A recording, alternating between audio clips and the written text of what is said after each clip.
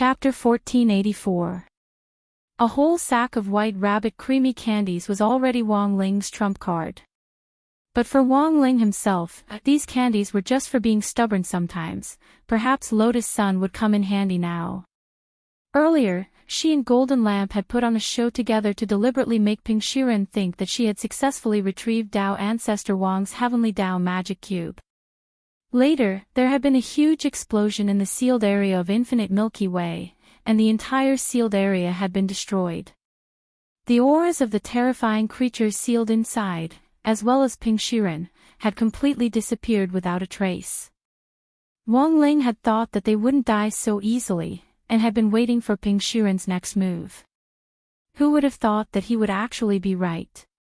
As for why they had been able to avoid Wang Ling's inspection, Wang Ling felt that it was very likely to have something to do with that mysterious ancient black stone. The ancient stone's radiation was very strong. Even in space, which Ping Shiren regarded as his home field, under the healing light of the stars, it was still difficult for him to hold on. But even so, given Ping Shiren's intelligence, as long as he could make good use of the ancient stone's ability, it would be completely fine to use it as a signal blocker. But Wang Ling felt that this might be harming the enemy while harming himself. Ping Shiren might indeed have used the power of the ancient black stone to create a shielding space to magically disappear from the universe. But the problem was that if Ping Shiren stayed in this shielding space for one more day, all of his abilities would be directly blocked by the ancient black stone's influence. Of course, this was just Wang Ling's guess. But it should be close to the mark. Before returning to the Wang family's small villa, Wang Ling dropped by Wang Ming's research institute. He needed Wang Ming's help, so Wang Ming took this opportunity to collect the latest data on Wang Ling. Wang Ming, who was still wearing his white coat, took out a syringe and handed it to Wang Ling as he prepared to collect a blood sample. "This is a special needle, but as usual, do it yourself. My skin is rough and thick, I definitely won't be able to pierce it." Wang Ling obediently took the syringe. Recently, Wang Ming had been working on an improved Wang Ling No. 3 integrated smart humanoid mecha armor.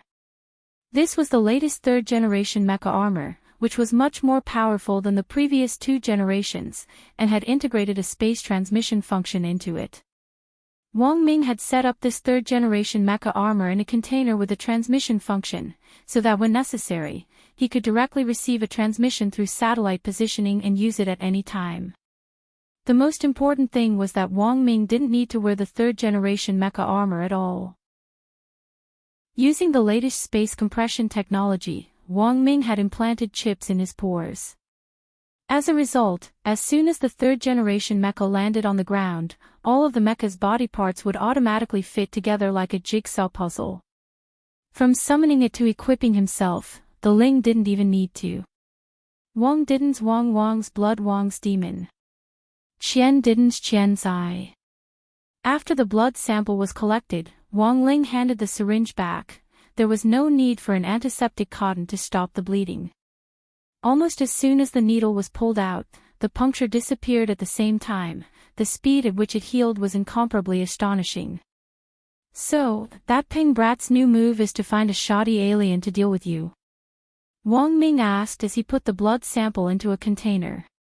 "It's Lotus Sun," said Wang Ling. "Isn't dealing with Miss Fu Rong the same as dealing with you?" Wang Ming smiled evilly. "It's different," Wang Ling replied. "You're too impatient." Wang Ming wouldn't budge. "No." Wang Ling's face was as calm as an ancient well. "If you don't, then why are you talking so much to me?" Wang Ming chuckled. Without another word, Wang Ling straightaway got up and prepared to wake Zhai Yin up in the sleeping cabin next door. Seeing this, Wang Ming pulled him back. "Don't do this, my boy. I'm just joking.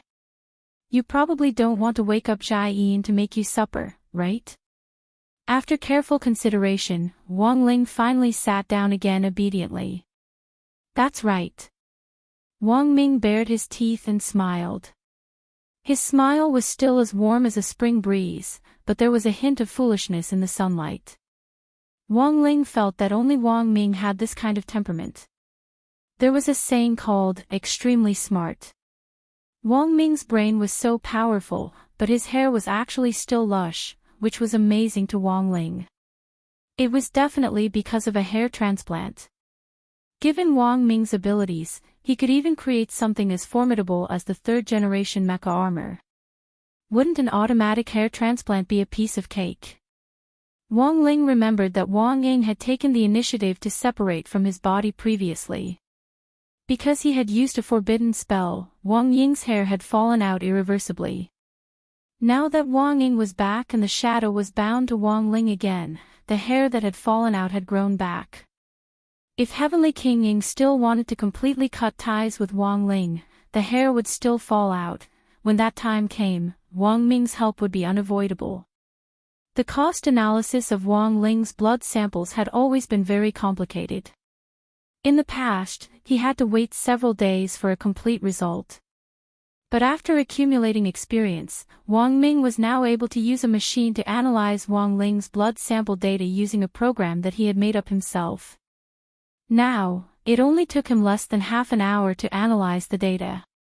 Let's wait, I'll take a look at the other thing you brought. Then, Wang Ming took out a sealed test tube made of a special material from the table. It contained the ashes of the silver horn man that Wang Ling had collected earlier. They've already been reduced to ashes. This Miss Rong is really awesome now, even this alien can't beat her. Wang Ming was astonished by her growth. There was only a little bit of the ashes, which Wang Ling had gone to great lengths to extract from the air after Lotus Sun had left that abandoned factory. It looks like a silver horn man, right? The two silver horns on its head curl back like a cow's, and it also has a tail. Wang Ming searched his memory, but didn't think he had any impression of such an alien creature. Guo Ping of the Research Institute was now an international diplomat establishing diplomatic relations with extraterrestrials.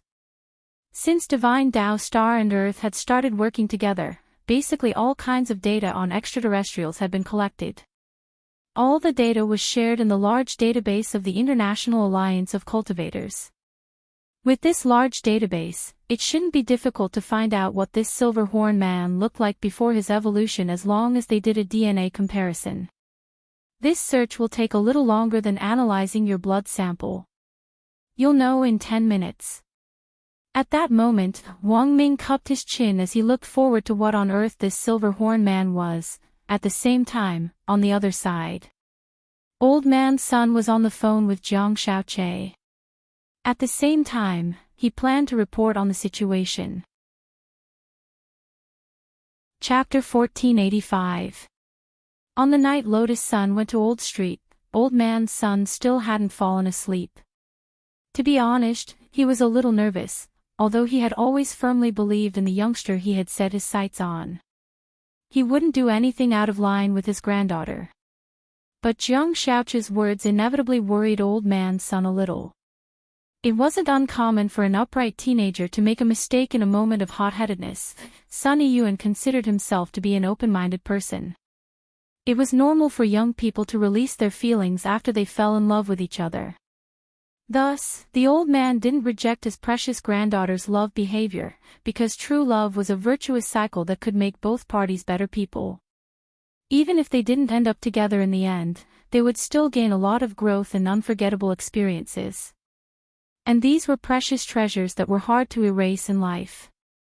Sunday, December 13th. In the wee hours of the morning, Jiang Xiaoqi's phone call woke Old Man Sun up from his contemplation. "How is it?" Old Man Sun asked, pretending to be calm. He wanted to know what Wang Ling would do after receiving the room card he had drawn. "Old man, I want to ask you a question first," Jiang Xiaoqi said over the phone. "Go ahead."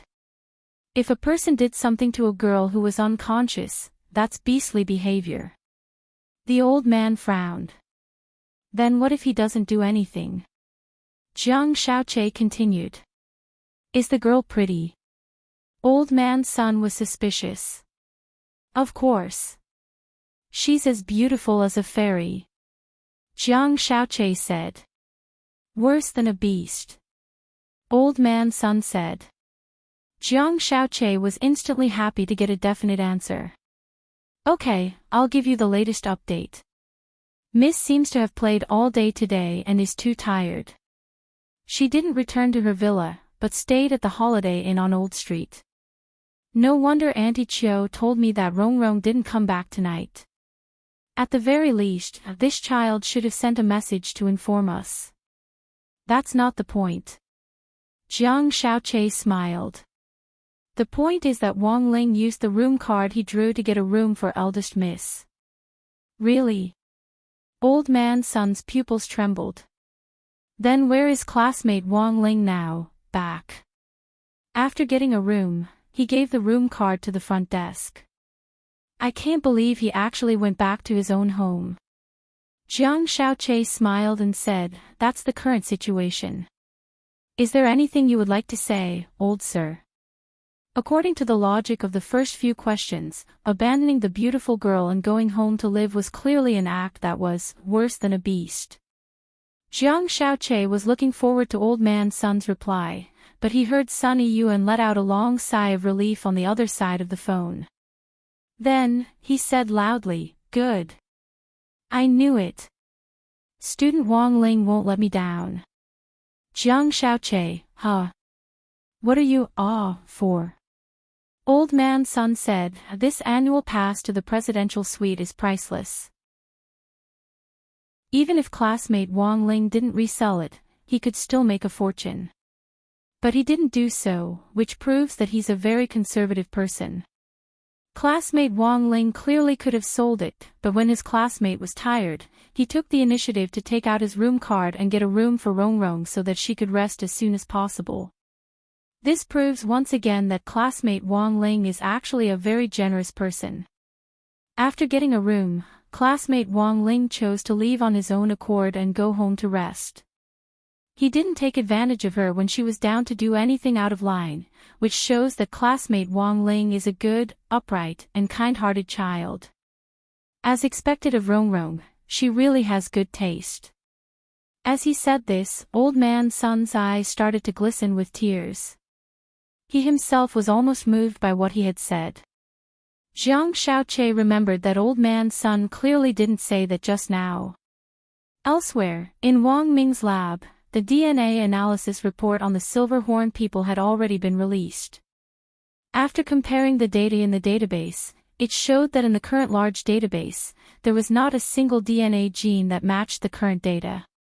In other words, the match had been a complete failure. This was a shared database of the International Alliance of Cultivators.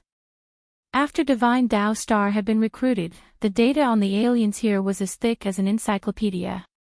But after a comparison, Wang Ming realized that there wasn't a single DNA match, which he hadn't expected. Although Guo Ping was currently mainly responsible for connecting with extraterrestrial civilizations, many of them had only learned about Earth through Divine Dao Star. But the fact was that human cultivators had never stopped exploring extraterrestrial civilizations all this time. Thus, the rumor that aliens were lurking in the human cultivation world wasn't groundless. The aliens related to the Silverhorn people had come to Earth a long time ago and used human skin to blend into human cultivator society. It wasn't strange that there was a lack of data in such a large database.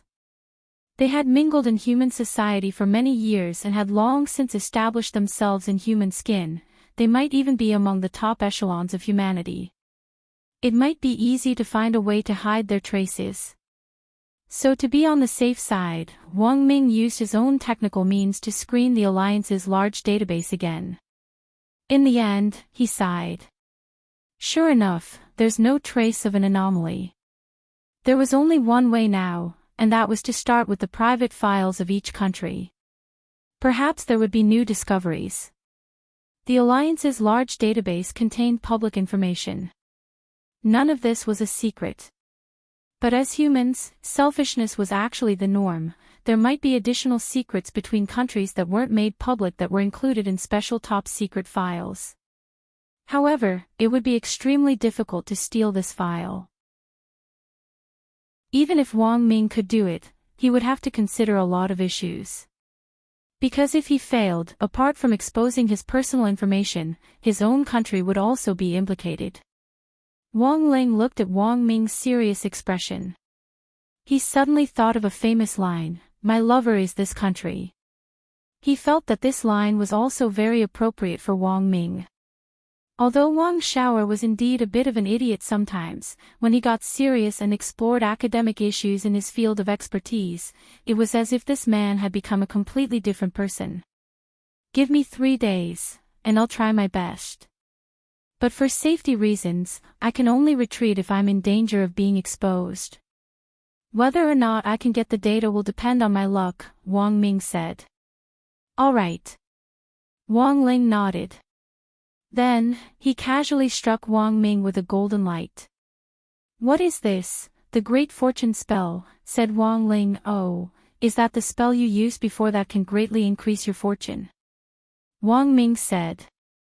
"In other words, I've become a lucky emperor now." Wang Ling nodded.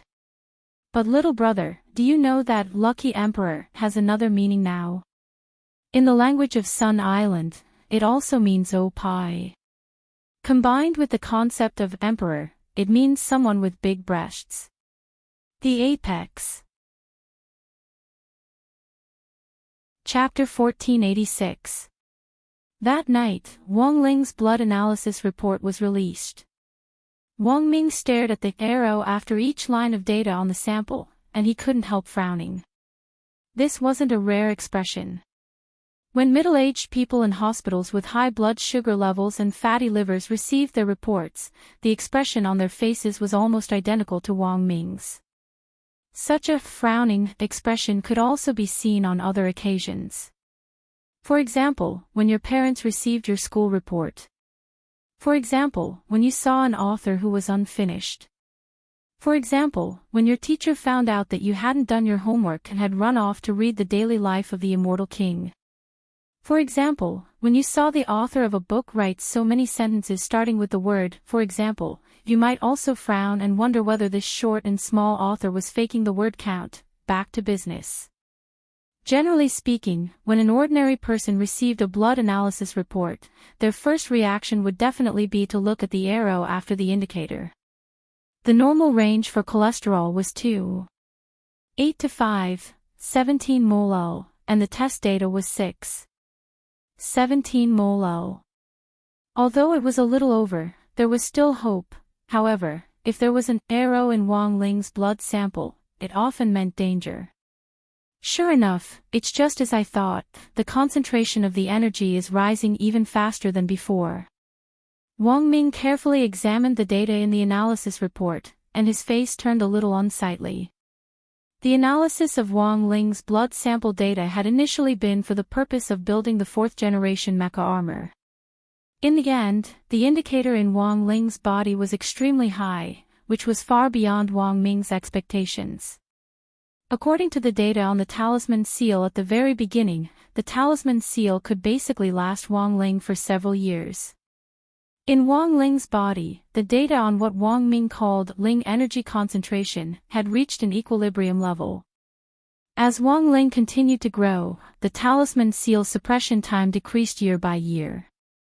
But because the talisman seal itself was constantly being upgraded, Wang Ming estimated that the next generation talisman seal wouldn't be a problem for at least 2 years. But now, he realized that he had miscalculated. Wang Ling's growth was faster than he had imagined.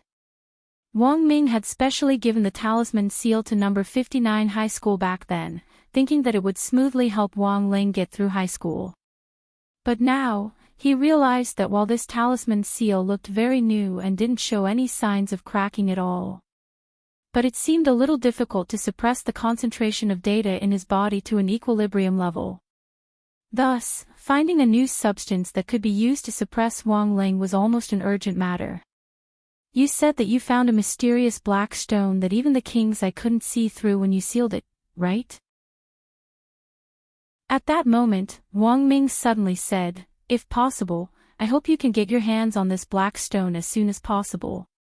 Wang Ming felt that this ancient black stone which Wang Ling had mentioned earlier might be the key to everything. Of course, developing a new talisman was definitely not that simple. However, this matter should definitely be carried out as soon as possible. Then what should we do now? At that moment, Wang Ying finally couldn't help but ask. Are you very concerned about my brother? He and I are one. If he can't control his energy, he will explode. I will also be finished, Wang Ying replied. To be honest, Wang Ming had never seen what Wang Ying looked like, and only knew that this thing existed. Hearing the shadow behind Wang Ling suddenly speak now, Wang Ming was slightly taken aback. Interesting. My brother is autistic, but you aren't. Furthermore, you seem to be a chatterbox. The personality of a shadow is the opposite of that of the original body. Of course I won't be autistic. Wang Ying laughed. Besides, I've already tasted a girl. Saying this, Wang Ying licked his lips. He recalled how he had forced a kiss on Sun Yinger before, and even now, he still felt like he hadn't had enough. These last few days, Wang Ying had actually been looking for an excuse to do it again. However, he didn't know what was going on with Sun Yinger these past few days. She seemed to be exceptionally quiet, and she didn't deliberately speak ill of him, as long as she didn't violate the family rules. Wang Ying couldn't find any reason to punish him at all. It was really too much of a pity, the taste of a girl. Wang Ming also laughed. So what you're saying is that my brother is a virgin who hasn't even tasted a girl before. Isn't that so? Wang Ling was silent and had nothing to say. But as far as I know, you're also a virgin, right? Wang Ying suddenly said at that moment. The corner of Wang Ming's mouth twitched. He realized that in comparison, Wang Ling was indeed much more adorable. This shadow was 2F*** king annoying. Wasn't it better to be clear about some things? Why did he have to say it out loud and make people feel awkward? And the most important thing was that he couldn't do anything to Wang Ying. But out of respect for an adult man, Wang Ming still stubbornly said, I wasn't a virgin a long time ago. Oh. Is that so? Wang Ying laughed. Wang Ming blushed slightly, but still made up a story. When I was my brother's age, I didn't need too many female companions. Some of them were already pregnant with my children, and I heard that they could do functions as soon as they were born. At that moment, Wang Ling actually saw the faint black aura of a death-omen star between Wang Ming's eyebrows. He knew roughly what had happened. He was hesitating about whether or not to tell Wang Ming. But sometimes, this idiot brother just liked to brag without a draft. In any case, there was no tax on bragging. Sometimes, when he got carried away, he couldn't stop.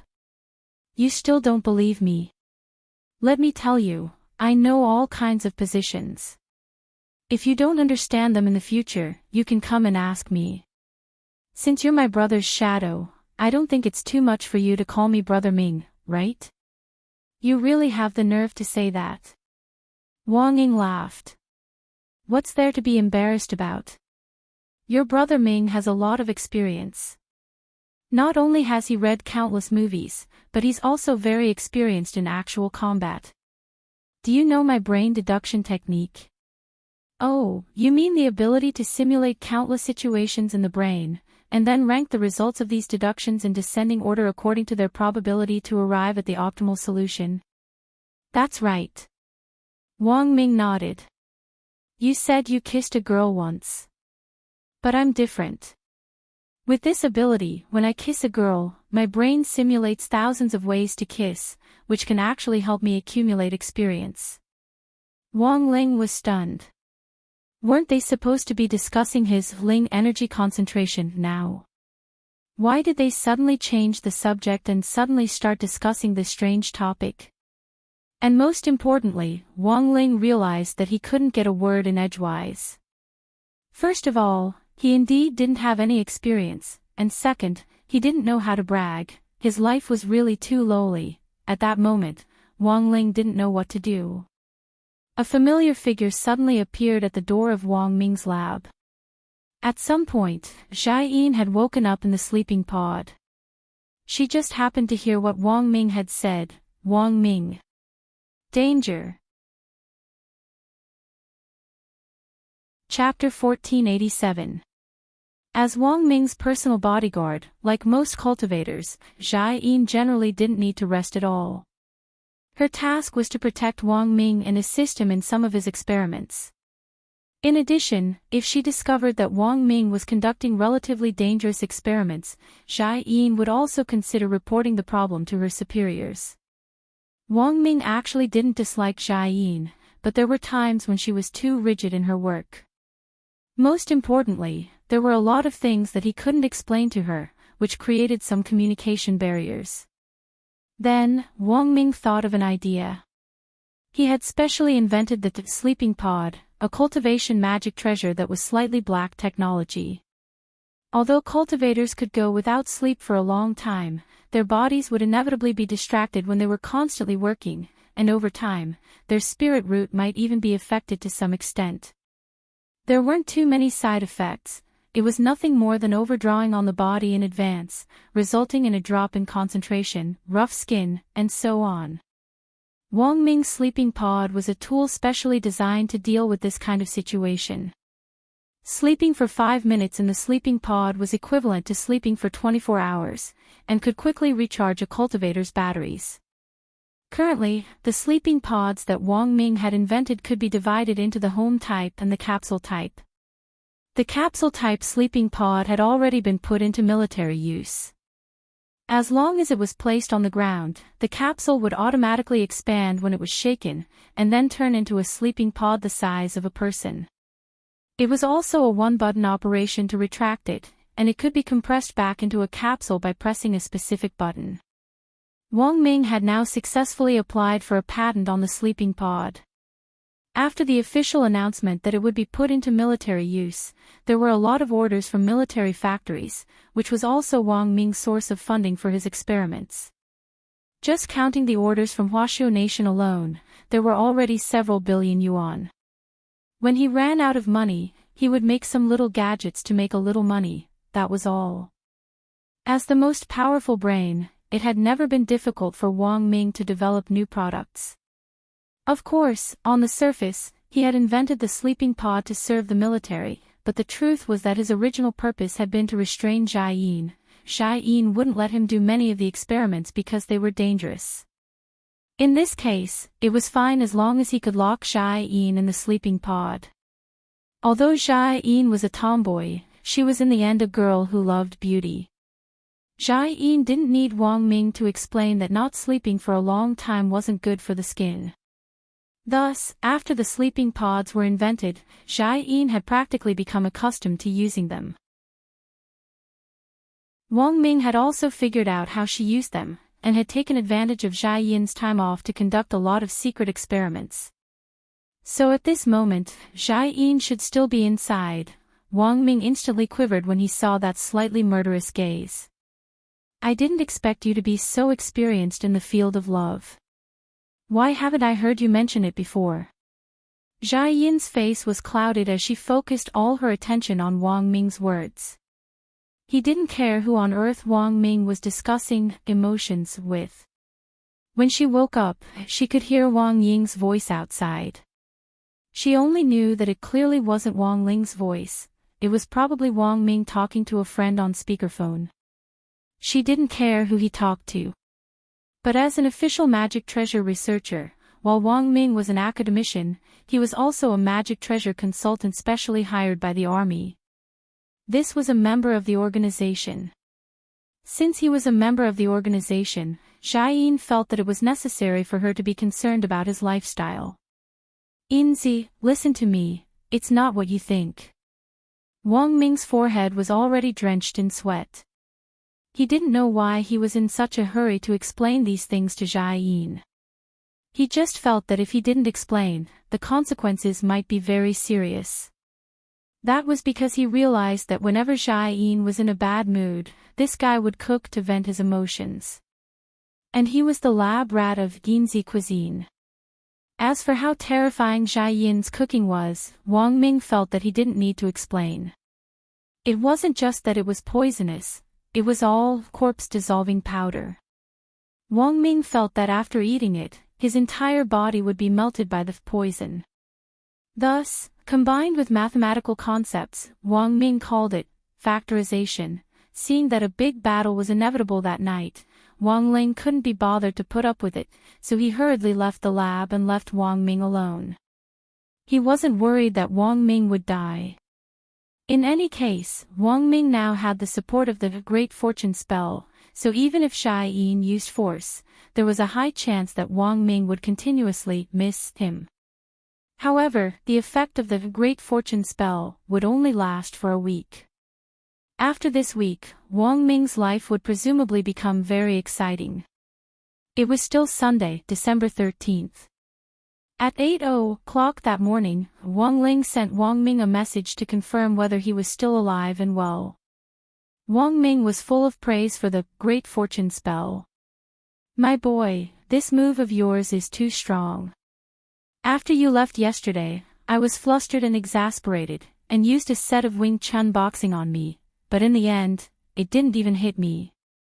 He knew it would be like this. Wang Ling wasn't surprised by this outcome. He replied to Wang Ming in a few short messages. The gist of it was for Wang Ming to take it easy and not be too cheap. Because the spell only lasted for a limited time, if he acted stupidly now, it would be Wang Ming himself who would suffer when the time was up. Wang Ling usually disdained using the Great Fortune spell on himself, because it made his life very boring. And unless there was a special need for it, Wang Ling didn't intend to use it on other people lightly. For ordinary people, the Great Fortune spell might have a very good effect for a while, but if they got used to it, they would become dependent on it. In fact, it wasn't just dependence. Apart from Wang Ling himself, when anyone else used this spell, the effect of the increase in fortune would continuously decrease, and the more frequently it was used, the faster it would decrease. Wang Ming was a powerful person. With the blessing of the Great Fortune spell, it was like adding wings to a tiger and adding flowers to a brocade. But there was no need to use it frequently. On the other side, Lotus Sun slept for a very long time.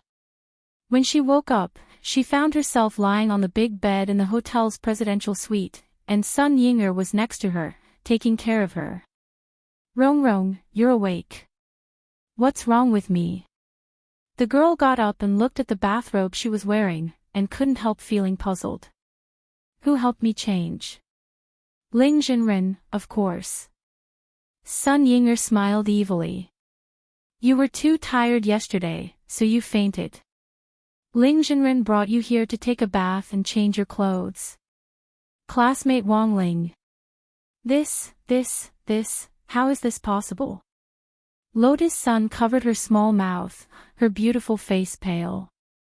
"I'm just kidding, of course it was me." Sun Yinger's face was full of grievance. "You know, Rong Rong, my waist isn't very good to begin with, but then again, are you looking forward to something?" Lotus Sun's face instantly burned to her ears. "I wasn't," although she hadn't been able to get along with Wang Ling alone yesterday. When she saw the sack of milk candies he had left for her, she was still taken aback. Although there was regret in her heart, she was more happy and delighted. After accepting the sack of milk candies, Lotus Sun was in a great mood. Close to noon that day, the girl was about to check out at the front desk on the first floor, when the elevator suddenly stopped on the third floor. When she opened the door, she saw Kumiya Ryoko and Audra standing at the elevator door in the same style of traditional Chinese clothing. Lotus Sun's expression was extremely astonished. As expected of Senior Joie, that was too fast. But the atmosphere at the moment seemed a little stiff. It wasn't until the elevator reached the first floor and she heard the ding sound of the door opening that Lotus Sun plucked up the courage to ask Kumiya Ryoko tentatively, "Classmate Kumiya, can I ask you a question?" "Go ahead." Kumiya Ryoko snorted. "Classmate Kumiya, have you already been won over by Senior Joie?" Then, Lotus Sun saw Kumiya Ryoko's originally calm face gradually change color. Chapter 1488. Hearing such a straightforward question, the expression on Ryoko's face instantly became extremely interesting. She and Ajua had gone downstairs mainly to hand over the task with the female bodyguard called Junko. Next, Brother Wei and the other two would be watched by Junko as important, tainted witnesses. It was supposed to be a normal handover of work, but Ryoko Kamiya didn't expect to run into Lotus-san when she went downstairs. Furthermore, he was asked such a strange question: strategy. What a joke, she would not be tricked by this flowery old liar. Ryoko blushed. In fact, she didn't reply directly. She just snorted and said, "Don't think that you can talk nonsense just because you helped me. Ajua and I only have a normal working relationship." She crossed her arms and looked a little impatient. As soon as the elevator door opened, she slipped out. Lotus-san gazed at the young girl's back. There was actually some faint panic under her calm exterior. "Senior Ajua, you really picked up a treasure." A smile hung on Lotus-san's face. In her heart, she also felt that Ryoko Kuya was much cuter than she had imagined. Originally, she and Jogong Ryoko were like fire and water, mainly because Lotus-san was worried that Jogong Ryoko would harm the youth in her heart. Furthermore, they might even come up with some kind of seduction plan to deal with classmate Wang Ling. This was absolutely not allowed to happen. But from the inquiry just now, Lotus-san felt that perhaps even Ryoko herself hadn't realized that she had already fallen. He might not like Ajua yet, but he definitely had a good impression of him. After all, Yoshiko was a person who liked to say one thing and mean another. Junior sister Lotus-san must be joking. Ajua smiled bitterly. The two of them stepped out of the elevator and walked very slowly with tacit understanding. "I see that Senior Ajua has no qualms about going after classmate Ryoko. It looks like you already know, right?" Just a few steps away, Lotus-san's probing question startled Ajua. Junior sister Lotus-san is referring to the 6 mothers-in-law I'll have to face in the future. Ajua's eyes darted around as he feigned ignorance. "Senior Ajua, you're underestimating me too much. I can still find out about this." Lotus-san sighed and said with a dignified smile, "But please rest assured, Senior, I won't tell anyone about classmate Yoshiko's secret." "That's good." Ajua heaved a sigh of relief. "Actually, I'm also waiting." He was waiting for the day when Kamiya Ryoko would confess her secret to him. Moreover, he deeply believed that it wouldn't be too late for that day to come. When she came to the front desk to check out, Lotus-san felt the hostility of the female bodyguard named Junko. Lotus-san couldn't remember when she had offended her, but she had a rough understanding of the hostility in her eyes. After all, in the female bodyguard's impression, she had always been the enemy of the Jogong family. "Junko, don't be so rude." Kamiya Ryoko noticed Junko's abnormality and quickly reminded her softly. Although the female bodyguard did not understand what had happened between her Miss and Miss Sun, she still restrained the sharpness in her eyes. "The most important thing is what I told you last night. Someone in my family is trying to take advantage of my study abroad period to harm me," Kamiya Yoshiko said. It had now been confirmed that the people involved were the Wei trio, who worked under 6th Madam's command. As for the Ghost Chart Rebellion, Kamiya Ryoko felt that it was another group of people plotting in secret. That was to say, there were at least 2 groups of people who wanted to deal with her. Furthermore, these 2 groups of people were already out in the open. As for whether there were any other forces in the family who wanted to make a move against her, Kamiya Ryoko had no idea. She had come to Washo Nation to resolve this foreign aggression. She had thought that after smoothly exposing Ajua's matter, the Jogong family would be able to gain a deeper foothold in the Washo market. But Kamiya Ryoko had never expected that before this foreign aggression had been resolved, the family's internal problems would actually erupt ahead of time. Last night, Kamiya Ryoko had thought about it for a long time. She felt that it was more important to settle the Jiugong family's internal affairs first. If the Jiugong family fought endlessly, it would be useless even if she eventually won the Huaxiu market. If the family wasn't united, in the end, it would all be for naught. What was more, the new evidence that had emerged now suggested that the matter with Audiobook back then might have been a misunderstanding on the part of the Jiugong family. True combat strength wouldn't lie. Audiobook was indeed very strong. Jimiya Ryoko had already experienced this for herself. After assigning the basic tasks, Jimiya Ryoko went one step further and said to the female bodyguard in front of her, "Junko, while you watch over Ah Wei and the other two, I'll hire a new bodyguard to be in charge of my safety for the time being."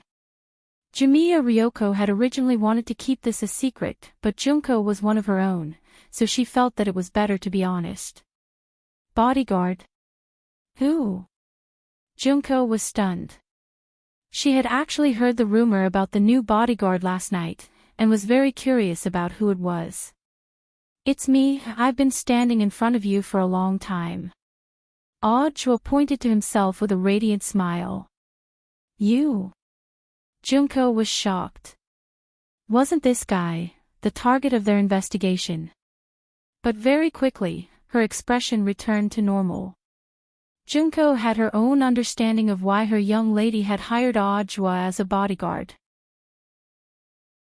It had to be to better get close to Audiobook and find evidence of his impersonation, which was why she had arranged this show, right? She understood. In fact, Junko herself was also very angry with these impersonators. The main thing was that there had been more and more news about impersonators recently, such as impersonating someone else's identity and getting into a university. Although their education had been revoked later, this kind of behavior had already interfered with other people's lives. These people who used power and money to change their own fates had no idea how much effort the person they were impersonating had put in to change their own fates. Due to the long period of time, it was usually very difficult to find direct evidence against these imposters who had power and influence. So eldest Miss Ryoko had thought of hiring Audiobook as a bodyguard to keep this guy by her side, which would make it easier to collect evidence, as expected of eldest Miss Ryoko. Looking at the female bodyguard's frowning face, Jimiya Ryoko was speechless. She had never doubted Junko's imagination, but faced with Audiobook and her current situation, Jimiya Ryoko indeed felt that it would be difficult to explain this complicated relationship in just a few words. Thus, she could only sigh in her heart and ignore what the female bodyguard was thinking for the time being. "Also, have you found the senior I asked you to help me find?" Jimiya Ryoko suddenly asked at that moment.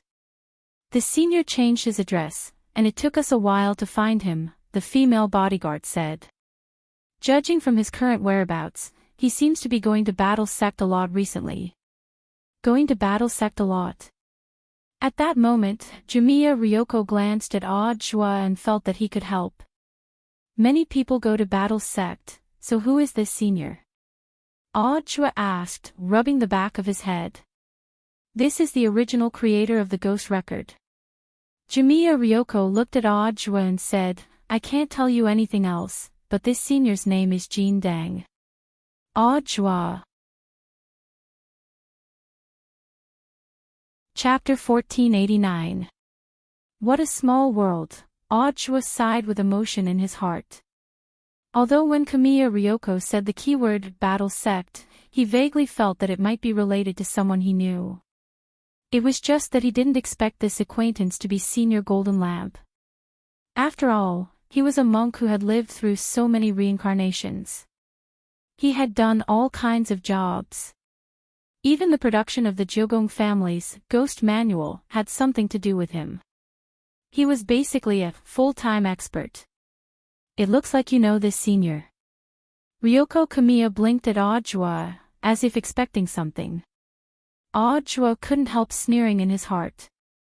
This was more than just an acquaintance. After being beaten into submission by Wang Ling, Senior Golden Lamp was already one of them. Although he didn't have a position in Battle Sect on the surface, he was in fact in the group chat of Battle Sect's core members. Furthermore, because Audiobook was Wang Ling's disciple, Deng actually took good care of him. Basically, as long as Audra dared to ask, Deng would never refuse his request. Of course, Audra generally wouldn't specially ask Deng for help for no reason. He knew very well that the golden lamp was willing to help him largely out of respect for his master. And for a senior like this, even if he returned the favor, he might not even be able to see him, so he might end up causing trouble for his master. But now, for Kamiya Yoshiko's words, Audra felt that he could be bold for once.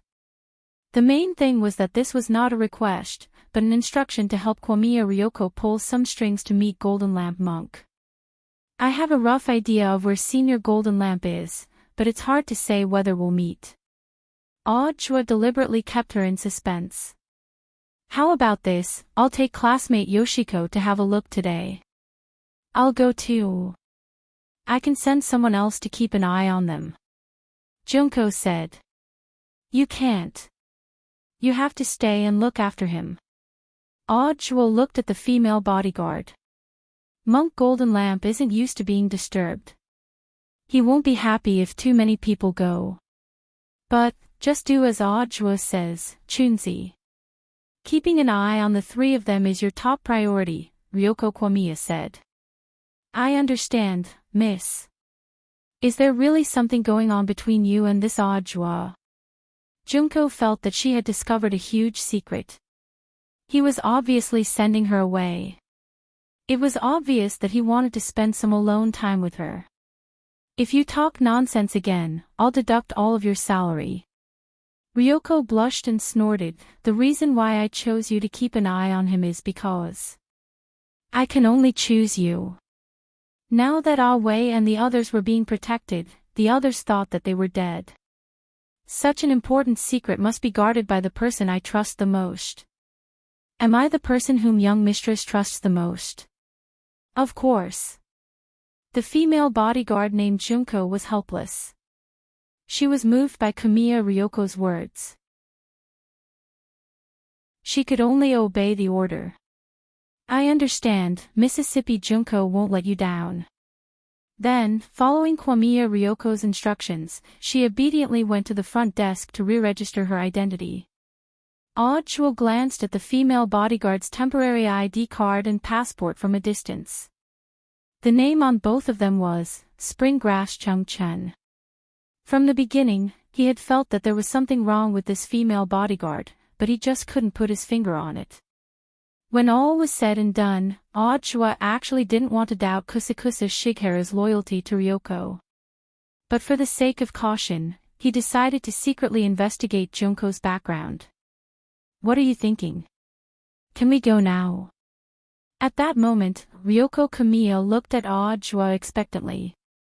Nothing, I was just thinking about the name Springgrass Chung-chen, said Audra. What's wrong with this name? Isn't the combination of Chow and Zhongdong? And Miss Junko's catchphrase seems to be, I understand. Audra smiled. So, Miss Junko is your Kyugu family's king of understanding. Hearing this, Ryoko's mouth twitched. She felt as if she had heard a chilling joke. Do you think you're very humorous? Are you cold? Sorry. Audra smiled apologetically. If he had the time, I'm afraid he would have already found Senior Golden Lamp. Kamiya Ryoko sighed. You're in such a hurry to find Senior. Is it because you want to know why the replica Ghost album went berserk? Audra asked. Yes. The copy I have has never had any problems before, said Ryoko frankly. But after what happened yesterday, this thing is like a ticking time bomb in my hands. Don't worry. We'll definitely find it. Audra comforted the anxious girl and composed himself. And are you sure we're leaving now? Yes. Of course, the sooner, the better. But we haven't changed out of our clothes yet, have we? Audra smiled. Of course, if you don't mind, I certainly won't mind classmate Ryoko and I wearing this couple's hanfu when we go out. Rogue, Kamiya Ryoko blushed. Flustered and exasperated, she stomped on Audjua's foot and fled upstairs to change her clothes. Following behind them, Audjua had a sour expression on his face. This stomp had been very comfortable. If she had stepped on him a few times while wearing black stockings, Audjua would have thought it would have been very interesting. After Kamiya Ryoko and Audjua left, Asakusa Nakahara officially took over the task of looking after Aoi and the other two. She would notice the slightest movement in the room diagonally opposite the door. According to the rules of the Witness Protection Program, Wei and the other two weren't allowed to leave the room without a special request. They were staying in a 3-person suite, and the signal in the room was shielded. No communication magic treasure could send a signal out. Junko would be responsible for their meals. She would deliver their meals at a fixed time, and after they were done eating, she would take away all the trash. Of course, to ensure that Wei and the other two wouldn't go crazy in the room, the TV in the room could be turned on as usual. Moreover, a game console had been installed in the room, so that they could play some standalone games that didn't require an online connection to pass the time. This was a very simple job, and even a little boring, but the advantage was that it was generally more leisurely. Reasonably speaking, Asakusa Nakahara should be happy, but she didn't feel relaxed at all. She had wanted to go with Kamiya Ryoko to see Jean Deng earlier because she had her own plans. It was absolutely right not to stay in the hotel at this time. Because Wei and the other two were very important to Miss Ryoko, but now that she was forced to stay, even Asakusa Nakahara herself didn't know what would happen next. She sat on the bed, hugging her knees, her thoughts extremely complicated. At that moment, her phone vibrated. Just like before, an unknown call made Asakusa Nakahara's heart instantly jump. What's going on? It seems that you haven't reported the situation for 2 days in a row. Although the voice on the other end of the phone had been modified, it was still a person with a rough voice. Asakusa Nakahara knew who was talking to her. She immediately fell into silence, and after a long time, she said, "Sorry. I asked for leave to go to the hospital yesterday, so, don't make excuses." The person on the other end of the phone didn't bother to listen to her explanation. "Miss Junko, I hope you can understand your situation and position. Don't play tricks." "I know, very good. Now, let me ask you. Is Inoue Masahide still alive?" On the other end of the phone, the person sneered in a tone as if everything was under control. "Miss Junko, I hope you can answer truthfully." Chapter 1490. Kamiya Ryoko had changed into light white sportswear. In fact, this was Spring Grass Shigeru's clothes. Given that there would be more field work later on, it seemed more convenient to move around in sportswear. She had put her hair up and a white cap over it. From a distance, she looked like a very good-looking boy. Of course, the main reason why Kamiya Ryoko looked like a boy wasn't the sportswear, the coiled hair or the cap, but the fact that her chest wasn't too high above sea level. Audjua personally drove Kamiya Ryoko to where Golden Lantern was currently staying. On the way, from time to time, he would look at the girl sitting in the front passenger seat with her arms crossed and her eyes slightly closed. Halfway there, Kamiya Ryoko finally couldn't take it anymore. "Have you seen enough? Shouldn't I be the one asking that?" Audjua gripped the steering wheel, not the slightest bit flustered. "What do you mean?" Kamiya Ryoko frowned. "If you don't look at me, how do you know I'm looking at you?" Kamiya Ryoko was stupefied by this question. This was Audjua's usual roguish sophistry. She knew that as a foreigner, she would most likely be at a disadvantage if she continued to bicker with him. So she simply snorted and turned her head away. "If you want to look at me more generously. Isn't it a little too petty to look at me through the reflection in the glass window?" Audjua laughed. Nonsense." Audjua didn't know if he had hit the nail on the head, but the girl's face heated up. "As long as you know whether I'm talking nonsense or not." Aren't you always looking at me out of the corner of your eye? I'm driving, so I have to watch the road. I can't help it, I can only look at you out of the corner of my eye. She was glad that the car was now passing through a tunnel. The environment inside was relatively dark, so her expression couldn't be seen, otherwise it would have been too embarrassing. Kumiya Ryoko was a very good person at adjusting her mood, even Lotus-san couldn't catch up to her in this regard. The moment the car drove out of the tunnel, the girl's expression had already returned to normal, and she had that cold poker face again. Unfortunately, Audra sighed in his heart. He had never denied that he liked to tease Ryoko Kamiya. The main reason was that he deeply felt this girl's adorable side. But the problem was that Ryoko's emotions fluctuated quickly, and she also adjusted quickly. Sometimes, he really couldn't tell what the girl was thinking. How did you do it? Finally, he couldn't help asking. What? Your ability to control your emotions. Ryoko blushed. When I was young, I was a child star for a period of time. Oh, so you've dabbled in show business before. Audra was surprised. That's not right, but it doesn't seem to have been mentioned in your resume. Which TV series did you shoot? It's just an advertisement. Ryoko Kamiya frowned slightly, seemingly unwilling to face her past. Then why didn't you consider continuing? It's not like you've grown ugly. Instead, you've become cute. When Audra said this, Kamiya Ryoko quickly raised her hand to press down on her hat and did her best to restrain her expression. This wasn't something I wanted to do in the first place. It was my mother's wishful thinking, Ryoko explained. It was for this reason that she had never been willing to mention that she had once shot an advertisement as a child star. In Ryoko's view, this was actually a dark history. Of course, the female bodyguard Junko knew about it, but because she knew that this was a minefield, Kusakusa Shigeru had never mentioned it. But now, Ryoko Kamiya had actually taken the initiative to bring it up in front of Audra. She herself felt it a little inconceivable. After that, there was a long silence in the car. It wasn't easy to find a chance to be alone with the girl, and Audra certainly wouldn't miss out on this kind of teasing. He knew that Ryoko Kamiya had always paid more attention to her image. In a situation like this where there were no outsiders around, it didn't matter even if she joked a little, because no one else could hear it. What kind of advertisements did you shoot? Audra asked. The corners of Ryoko's mouth twitched. She had thought that this topic was over.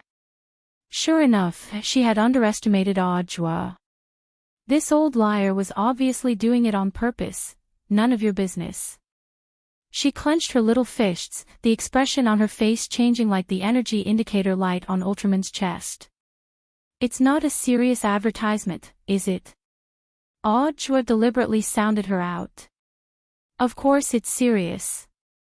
It's a lifestyle advertisement. It's something that every family uses. Ryoko Kamiya was excited, but then realized that she had let the cat out of the bag.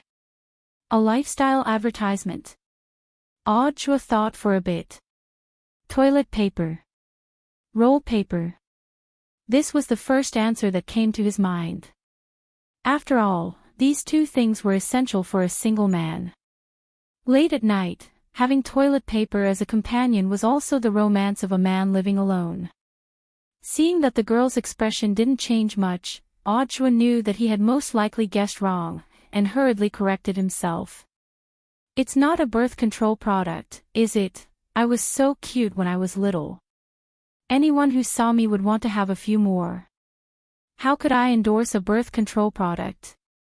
After saying this, Ryoko Kamiya realized that Audra had once again gotten information out of her. This was a detective skill that Audra had learned from old Liang of Songhai First Prison. Audra himself hadn't expected that it would actually be useful in love. As he drove, Audra suddenly laughed as he gripped the steering wheel. I know, the advertisement you're endorsing isn't for something like diapers, is it? After all, this was an advertisement that Ryoko Kamiya regarded as a dark history. This was the only type of advertisement that Audiobook could think of. What was an advertisement for baby diapers like? An ignorant baby, in a situation where he didn't know anything. The image of a naked baby crawling around on a soft cushion while the staff teased him with laughter. Just thinking about it made him feel ashamed. This time, Kamiya Ryoko buried her head in her knees, looking autistic. Listening to Audiobook's laughter as he tried not to laugh, she finally jerked her head up and looked at him with an extremely gloomy expression. If you dare search, I'll never talk to you again. Don't worry, I won't, Audiobook comforted her. In fact, that was exactly what he was thinking. A few minutes later, he was driving up a mountain road. What is this place? I've already contacted Senior Golden Lamp. Senior Golden Lamp is cultivating in seclusion deep in the mountains these days. When the car was halfway up the mountain, there was no longer a path for cars to go uphill. This was an abandoned observation deck that hadn't been visited for a long time. Because there had been countless accidents here, the road had already been closed long ago. Audiobook could only park the car on the side and choose to walk up the mountain with Ryoko. Is Senior Golden Lamp really in a place like this? This is Mount Wind and Thunder. Because of its unique geographical environment, the top of the mountain is sometimes shrouded in thunderclouds. But for cultivators, it's a good place to temper their bodies. Because there's a certain chance of being struck by lightning. Dubiously, Ryoko followed Audiobook up the mountain road. Monk Golden Lamp was nowhere to be seen, but his voice could already be heard. The girl was instantly dumbfounded. It sounded like an exorcism chant. Great mighty dragon of heaven, revered Ksitigarbha, Daluo Dharma mantra, Prajna Buddhas, Prajna Pata mantra. Flying dragon in the sky. Go. After reciting the chant, Audiobook and Ryoko saw a 3,000-foot thunder dragon scurry into the clouds from the top of the mountain. Chapter 1491. When this thunder dragon shot out of Golden Lamp Monk's palm, it stirred up all the dark clouds in the sky, twisting them together like fried dough twists. In a flash, thunder roared in the sky, accompanied by a dragon's roar. By the time Audiobook and Ryoko reached the mountain top, which had been covered by dark clouds, was now a dazzling scene of sunlight shining through the clouds and fog. Monk Jin Dang's palm had completely depleted the thunderclouds that had accumulated in this area. But Mount Wind Thunder had a special environment, and it was an unusual phenomenon for sunlight to shine here. The bright scene was temporary, and in less than half an hour, it would be covered by a large number of dark clouds again. Ordinary people wouldn't dare set foot in a dangerous area covered by heavenly thunder like this, and Golden Lamp Monk naturally didn't care. He could even withstand the thunder of primal chaos, to say nothing of this insignificant nature. The reason why he had chosen Mount Wind Thunder was actually because he was practicing his brand new palm technique, the Great Mighty Heavenly Dragon. It was a palm technique that could condense the power of nature and transform it into spirit power, thereby creating explosive lethality. Golden Lamp Monk had tried many ways to condense the power of nature, but in the end, he had found that natural thunder was the best for enhancing the power of his palm technique. Of course, compared with the monk's other more lethal palm techniques, the Great Mighty Heavenly Dragon was in fact a long way off. In Golden Lamp Monk's own judgment, this palm technique could only be regarded as his basic palm technique, but there was indeed a need to study it. The main thing was that Golden Lamp Monk had realized that his palm technique was too powerful. Although the persona of a holy monk with one palm was very handsome, there was a small chance that he would make a mistake when faced with a mission to capture someone alive. He had clearly wanted to capture someone alive, but in the end, he had sent them away with one palm, which was very embarrassing. The Mighty Heavenly Dragon was a new spell that Monk Golden Lamp had developed based on his current situation. Apart from the fact that he could adjust its power, the more important thing was that this spell could allow the monk to capture any ghost alive on Earth with 100% certainty. You are Senior Golden Lamp. Ryoko hadn't expected that Audiobook wouldn't lie to her this time. He had smoothly led her to this legendary great senior who had developed the ghost manual. There was clearly some excitement on her face. She had wanted to kneel down in a grand salute, but the moment she bent her knees, Golden Lamp Monk helped her up. "Miss, you don't have to be so polite." Tyrant smiled. His bright and clean head was reflecting light under the direct sunlight. Kwamiya Yoshiko was stunned. She suddenly felt that Golden Lamp Monk was much kinder than she had imagined, and he looked younger than she had imagined. "Senior, do you know me?" Ryoko Kwamiya asked. "Of course, you are a child of the Jogong family." Jean Deng said, "The old master of the Jogong family used to be my old friend, and the ghost record I gave him back then was actually the proof of our friendship." "Then you must know about me, senior." "Of course. Mr. Joie and I are also good friends. Before he told me, I already knew that you were coming to find me." A few short words shocked Kwamiya Yoshiko. Monk Golden Lamp's foresight was even more amazing than she had imagined. What surprised the girl the most was that this great senior, who had done their Jogong family a favor, actually seemed to have a deep friendship with Audiobook. So now Kwamiya Ryoko felt that she was completely confused. She felt that the Audiobook she knew wasn't the same old liar who was widely rumored to be in the Jogong family. This humble monk already knows the real reason why this copy of the ghost record in Miss Ryoko's hands is rioting. At that moment, the monk narrowed his eyes. Someone used the main book of the ghost record to forcibly open the escape passage of the copy and release those ghosts. Used the main book, Kwamiya Yoshiko frowned deeply. The main book of the ghost record had been sealed in the Jogong family's house. In other words, the real reason why this copy of the ghost record had rioted was indeed related to someone in the Jogong family on Sun Island. Kwamiya Yoshiko, but who on earth? Hearing this, the monk was silent for a while before he said indifferently, "It's not time for this humble monk to reveal this matter. Because it concerns the fate of Miss Ryoko and the Jogong family. So this humble monk can only say this much. Miss Ryoko will have to investigate the rest on her own." "I understand. Thank you for your guidance, senior." Kwamiya Yoshiko's pupils contracted slightly. At the same time, she had a new plan in mind. To deal with the internal affairs of the Jogong family, she had to deal with them first. But if she returned to investigate in person now, she was bound to encounter an even more dangerous situation. So now, there seemed to be only one way left. This was the plan that Kwamiya Yoshiko had suspended. But now, it seemed that this plan was the best choice, and so, that night, Kwamiya Yoshiko went to see someone. After deciding to use the suspended plan again, it took her several hours to make up her mind. For Kwamiya Yoshiko, in her short life of more than 10 years, it was the first time that she had paid a special visit like this. As the person whom Kwamiya Yoshiko was asking for help, even Lotus Sun was surprised. "Classmate Yoshiko, you," in the living room of Lotus Sun's villa, all kinds of gifts from Kwamiya Yoshiko were placed on the floor. There were perfume, high-end cosmetics, skincare products, and many local specialties exclusive to Sun Island. "I know you don't lack anything, so if you want these things, just take them. In any case, I'm putting them here, so it doesn't matter if you throw them away." Kwamiya Yoshiko snorted. "Classmate Yoshiko, since it's a gift from classmate Yoshiko, of course I'll cherish it." Lotus Sun laughed.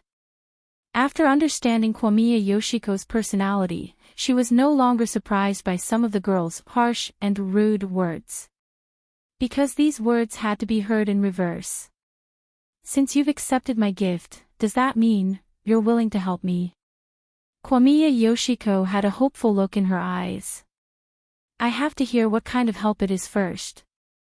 Lotus Sun smiled. "If classmate Yoshiko is here for breast enhancement, there's nothing I can do. You speak as if you're very old." Kwamiya Yoshiko snorted. I'm older than you, classmate Yoshiko. Lotus-san smiled. She was deliberately testing Kwamiya Yoshiko's sincerity. In the end, to Lotus-san's surprise, the girl in front of her didn't get angry because of these words, and seemed to really want something from her. I didn't come to you for this. Kwamiya Yoshiko composed herself and looked at Lotus-san. After a moment of hesitation, she slowly said, I want to ask classmate Lotus-san to pretend to be me and return to the Kwamiya family. Why are you asking me? Faced with such a request, Lotus-san was surprised. At that moment, Kwamiya Yoshiko looked at Lotus-san and said seriously, because only you are fit to pretend to be me, Kwamiya Yoshiko. Is that so? Suddenly, Lotus-san smiled. It really wasn't Senior Audio's suggestion. In fact, just half an hour ago, Lotus-san had received a text message from Audioa explaining Kwamiya Yoshiko's plan in detail. The first sentence at the beginning of the message was, Mistress, I beg you. Chapter 1492. He had Lotus-san disguise herself as him and return to Sun Island to solve the clan's internal problems. Ryoko Kamiya really didn't have much confidence in whether Lotus-san would agree or not. While everyone in the Jiogong family thought that she was still studying in Huashu Nation, the fake Jiogong who was pretending to be her suddenly appearing in the family would definitely throw those people who were secretly plotting against her into chaos. And this transformation trick was something that Ryoko Kuya had thought of from the beginning. She knew that someone in her family was trying to make a move against her, so she made a plan in advance. This was a good way to lure the snake out of its hole. It was just that Kwamiya Ryoko didn't expect that the people in the clan would be so eager to make a move on her, so the whole plan had to be carried out ahead of schedule. According to the original plan, Ryoko intended to let Junko play herself, but unfortunately, the plan couldn't keep up with the changes things had developed to this point, which was obviously not what Ryoko Kwamiya wanted to see. Human nature was complicated, even more complicated than the ghosts recorded in the ghost register. I see.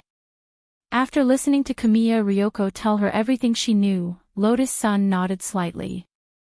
So, classmate Ryoko, you've already noticed that there's something wrong with the female bodyguard called Kusakusa Shigeru, right? Yes. The expression on Ryoko's face was a little melancholy.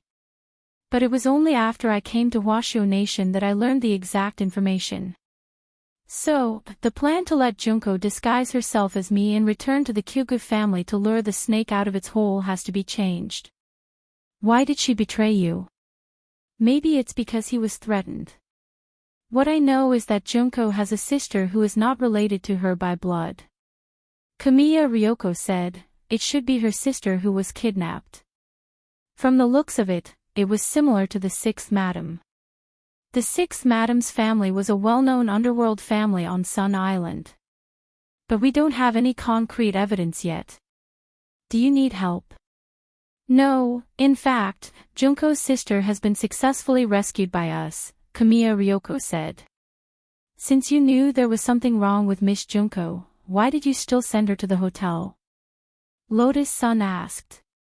Hearing this, Ryoko frowned slightly. Junko watched me grow up. She's like a sister to me. He is indeed the person I trust the most. If she really wanted to kill me, she actually had a lot of opportunities to do so, but Junko never did it. So, you still believe in her? Will the witness protection program leak out? This is the final test. Kamiya Ryoko said, the other party is still hiding the fact that Junko's sister has been rescued and intends to continue to threaten Junko. Won't be discovered. We just need to use the videos that were recorded in advance. If we change the time slightly, Junko will still be kept in the dark unless we reveal the truth. One last question. At this time, Lotus-san sighed slightly and said, according to the original plan, Junko disguised herself as you. In order to avoid suspicion, are you going to find someone to disguise as Junko? That's right, there's actually someone who can impersonate Junko.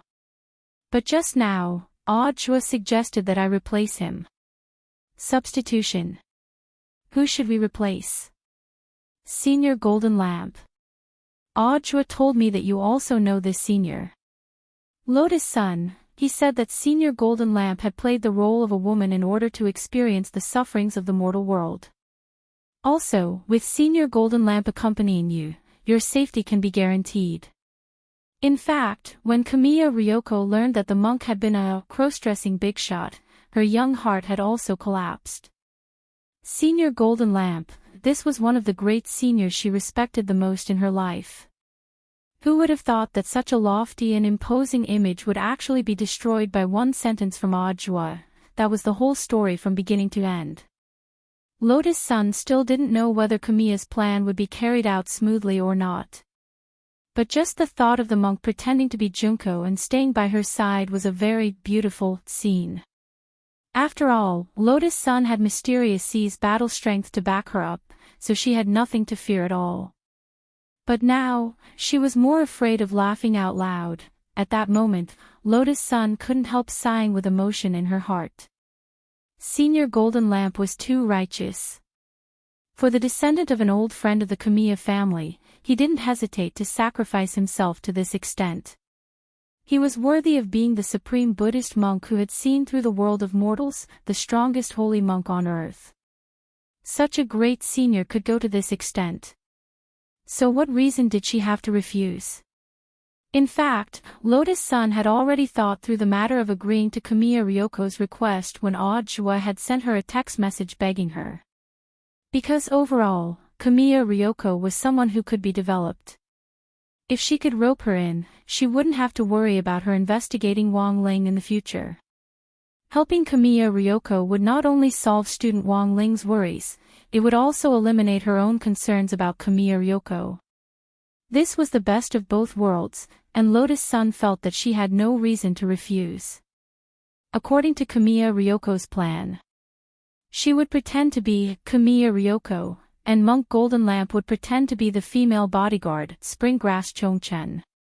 But this alone was far from enough. Because they didn't have to pretend to be Kamiya Ryoko from the beginning, they would have to act according to the circumstances after landing on the island. If they directly went to the island in disguise from the beginning, their goal would be too obvious. Thus, they needed a cover story. Audra had already thought of this for Kamiya Ryoko. On the night that Kamiya Ryoko visited Lotus Sun's villa. Almost at the same time, Audra also paid a visit to the Wang family's small villa. Wang Ling had just ushered Audra into the bedroom, and the moment the door closed, Audra instantly knelt on the ground and drifted toward Wang Ling with inertia. Then, he hugged Wang Ling's thigh tightly. Shifu. Disciple, I beg you, you must go to the Sun Island exchange program. Disciple's happiness for the rest of his life is in your hands, Shifu. Wang Ling, there were 3 places in total for the Sun Island exchange program. In fact, this was Audra's special cover for Kamiya Ryoko's transformation plan to proceed smoothly. Because it was essentially for investigation purposes, the exchange quota could only be decided internally this time. That was to say, as a participant in the transformation plan, the monk would be the new teacher, Fire Ding, as the lead teacher for the inspection. Lotus Sun would also occupy one of the exchange quotas as a cover. Accompanying teachers didn't count, so there were still 2 places left for the exchange program. At that moment, Wang Ling rubbed his chin in thought. Even if he agreed to Audra's request. Then, who did Audra intend to give this extra quota to? Shifu, don't worry about the remaining quota. It's fine as long as you agree, Audra said. Mr. Wang Ming said he wants to go. Wang Ling was stunned. He understood the reasoning, but the problem was that Wang Ming didn't seem to be a student of number 60 high. This was a little too much. Audra seemed to have already considered Wang Ling's problem. Shifu, don't worry about this. Mr. Ming has previously used his identity as Wang Shaoer to participate in the military training exercise for the 6 schools, so his student status is actually still at number 60 high. It's just that he's on suspension. Chapter 1493. Wang Ling suddenly felt that Audjua had become a little bolder recently, but he had indeed never seen Audjua beg him like this for someone before. For a moment, Wang Ling felt something tugging at his heartstrings, but he couldn't quite put his finger on it. He felt that he should be able to understand. But every time this happened, Wang Ling felt as if his heart was being firmly gripped by a large invisible hand. That invisible hand was like a cage, crushing all of his emotions that were about to rise and fall into the turbulent but hidden undercurrent in his heart. Thus, Wang Ling often felt that he didn't understand. But it was as if Audjua's request for Ryoko Kuya's sake could touch him, and he couldn't refuse it. Forget it, he would just treat it as a show of affection between master and disciple. Wang Ling's heart was actually very complicated, but he still found a reason to agree to Audjua's request. Giving up all his strength for the person he liked, somehow, Wang Ling felt that this scene was a little familiar. During the joint military training exercise for the 6 schools last semester, the old devil had knelt before General Yi in front of everyone for the sake of his wife. To this day, Wang Ling still remembered that scene. It was as if that scene had been engraved in his mind, and he couldn't forget it. Perhaps he still needed a lot of time before he could truly understand that kind of action, but he still had a long road ahead of him. Who knew when he would be able to understand? Maybe 10 years. Maybe 20 years.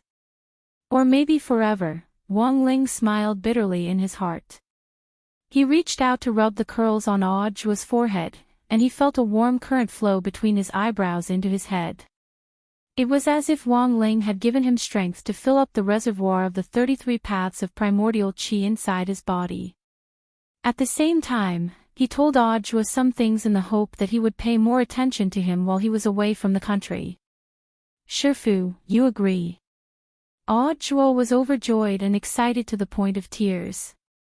The truth was that he hadn't thought that Wang Ling would definitely agree at first.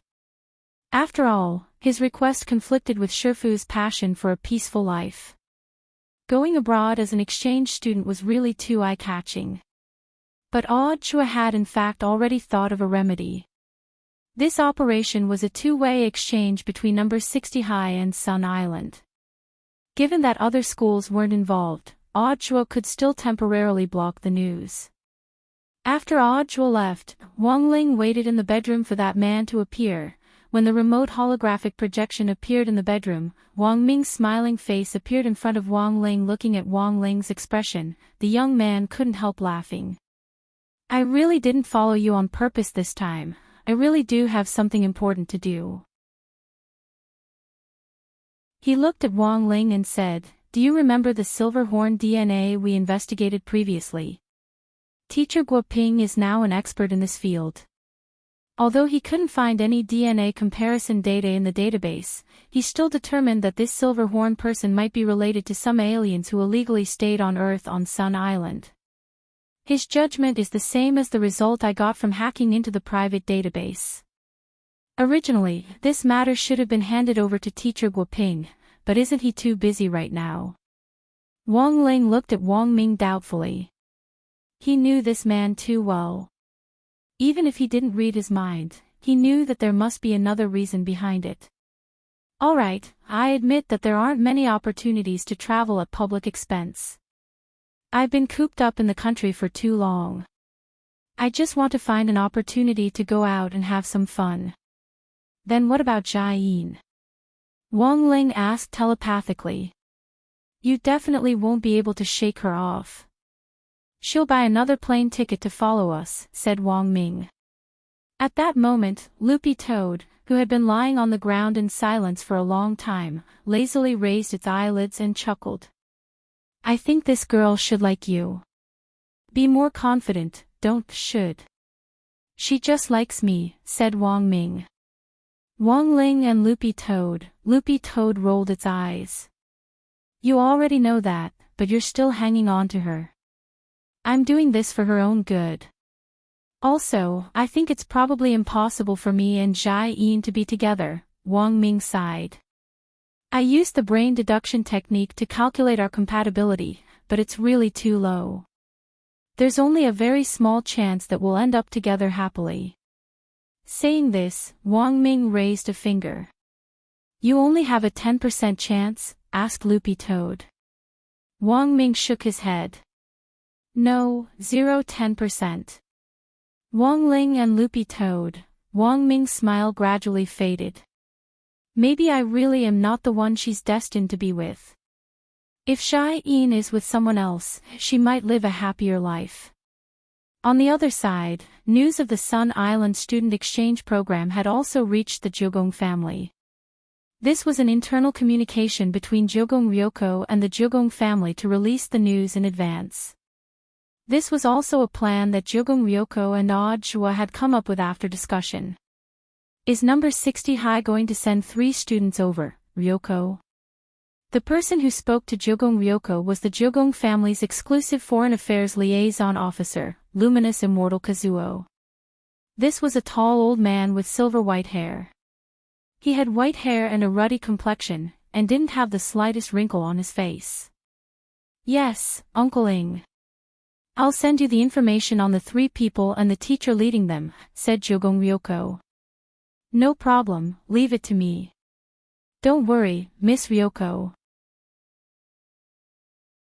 I'll definitely contact the best school closest to the Jiugong family, and give our distinguished guests from afar the best experience. Luminous Immortal Kazuo smiled. By the way, Miss Ryoko, won't you take this opportunity to come home for a visit? The family head, Old Master and Old Madam miss you. This sounded like a test, and Jiugong Ryoko was silent for a moment before she replied with a smile. I haven't completely established myself in Huaxiao Nation yet, so I can't come back for the time being. Please don't worry, Grandpa and Mom and Dad. Also, I should be able to find out the whereabouts of that dead fish-eyed youngster very soon. Dead fish-eyed youngster? You mean the one who was seen by the Daycrawler ghost back then? That's right.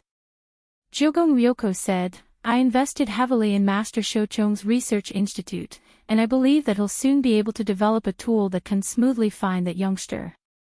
The girl on the phone stopped telling her family that she was safe, and explained her various plans. But she didn't say that she had been poisoned by the world is full of dead fish eyes drug.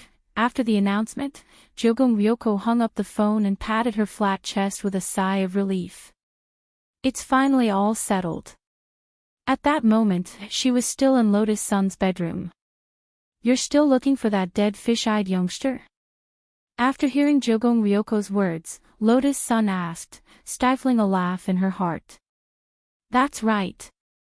If it weren't for your drug, which causes me to look at other people with dead fish eyes, I might have found him long ago.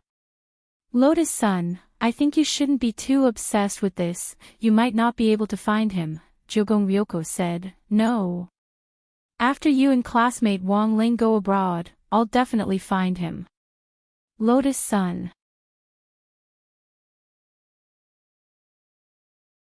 Chapter 1494. Lotus Sun, this time. I really have to thank you.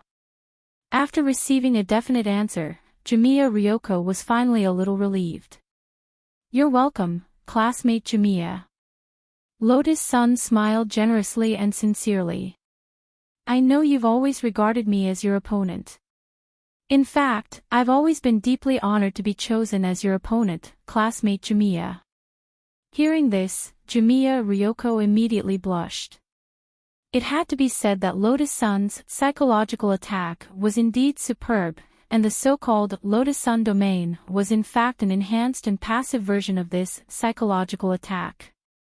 As the future heir to Huaguo Water Curtain Group, Old Man Sun had trained Lotus Sun in a comprehensive manner since she was a child. Observing one's words and body language and observing one's heart was in fact a business tactic. After Lotus Sun confirmed that Jimiya Ryoko was different from Jiang Yingying and didn't really like Wang Ling, she had changed her strategy toward Jimiya Ryoko. From targeting her at the beginning to working together for a win-win situation now, it was all for the sake of helping Audiobook win over this beautiful girl of the plains as soon as possible. As it turned out, Lotus Sun's move was indeed very effective. Don't misunderstand, classmate Lotus Sun, this time, it's just a temporary cooperation. You'll always be my opponent. Jumiya Ryoko blushed. She tried to disguise herself as super fierce, but she didn't realize that when her big eyes widened, she actually looked very silly and adorable. Classmate Ryoko, you don't have to thank me. If you want to thank someone, thank Senior Ajwa. He was the one who arranged everything. I've never seen him beg anyone, said Lotus Sunday. Jumiya Ryoko crossed her arms and pursed her lips. Really, who asked him to meddle in other people's business? Although she said that, Lotus Sun felt that it was more like a spoiled child. Also, I want to know if the two people traveling with classmate Lotus Sun are reliable. Don't worry, classmate Ryoko, they're both on the same side. One is classmate Wang Ling, whom you've already met, and the other is Wang Shower, who's suspended from school. I know classmate Wang Ling, the one with the delicate features and dead fish eyes. Ryoko Kamiya shrugged. She didn't care too much about Wang Ling, because the effects of the drug hadn't worn off, and she looked at everyone with dead fish eyes. In contrast, she was actually more concerned about Wang Ming. By the way, who is this Wang Shower? What do you mean by saying that they're all on our side? Senior Ajwa didn't tell you. Lotus Sun suddenly smiled. Student Wang Ling and student Wang Xiao are actually his disciples. However, this matter has not been made public yet, so I hope that classmate Yoshiko can keep it a secret. He has a disciple? Yes. Lotus Sun said, Senior Ajwa is so awesome, of course he has to choose the right person to inherit his mantle. I see. Hearing this, Kwamiya Ryoko showed an expression of sudden realization and nodded like a chick pecking at rice. By the way, does classmate Yoshiko still suspect Senior Ajwa? He's a man of genuine ability and learning, Lotus Sun asked deliberately. I just feel that it's necessary to take a look. Senior Ajwa is a good man. And in terms of age, it shouldn't be a problem for you, Lotus Sun said deliberately. I'm underage. Kwamiya Ryoko emphasized. Oh, that's right, I almost forgot, classmate Yoshiko is the same age as me. She didn't know if it was her imagination, but Kwamiya Ryoko suddenly realized that Lotus Sun always seemed to be implying something. The girl in front of her was much scarier than she had imagined. The Sun Island exchange program had actually been proposed by the Kwamiya family from the very beginning, and could be considered Kwamiya Ryoko's plan to prevent internal strife in the family. In fact, this plan had always been in the process of being implemented, and could be activated at any time at Kwamiya Ryoko's command. No one had expected Kwamiya Ryoko to be so meticulous at such a young age, and she hadn't expected her plan to be put to use so soon. If it was possible. Kwamiya Ryoko hoped that she would never have to use this plan for the rest of her life.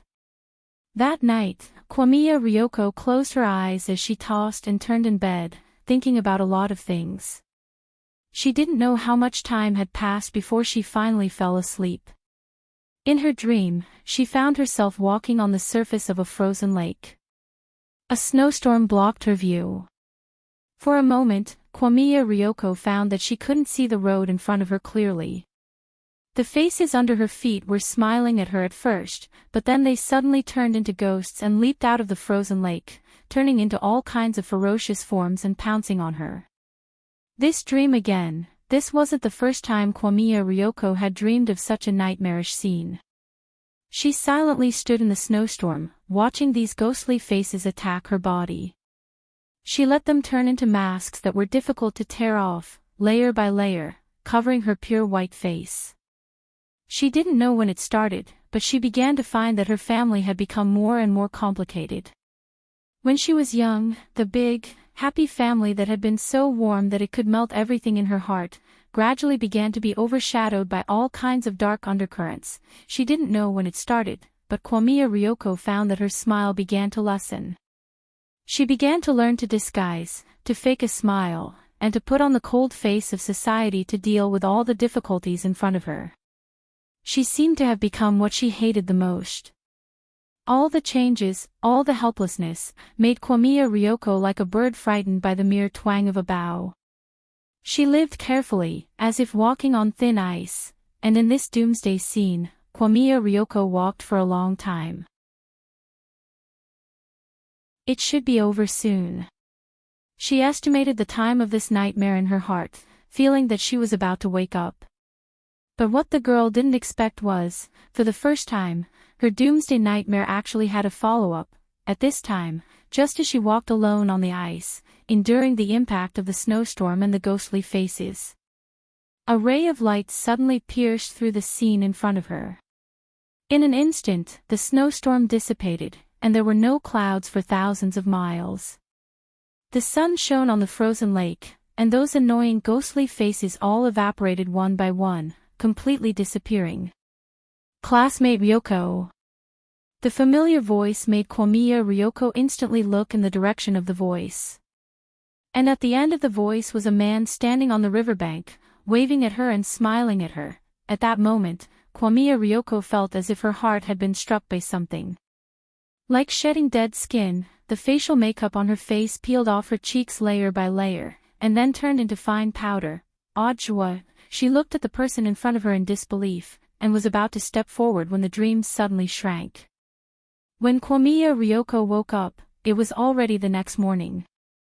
After waking up, the girl hugged her knees like a frightened little hedgehog, and trembled as she curled up on the bed for a long time. She had actually dreamed of Odd joie. She was crazy.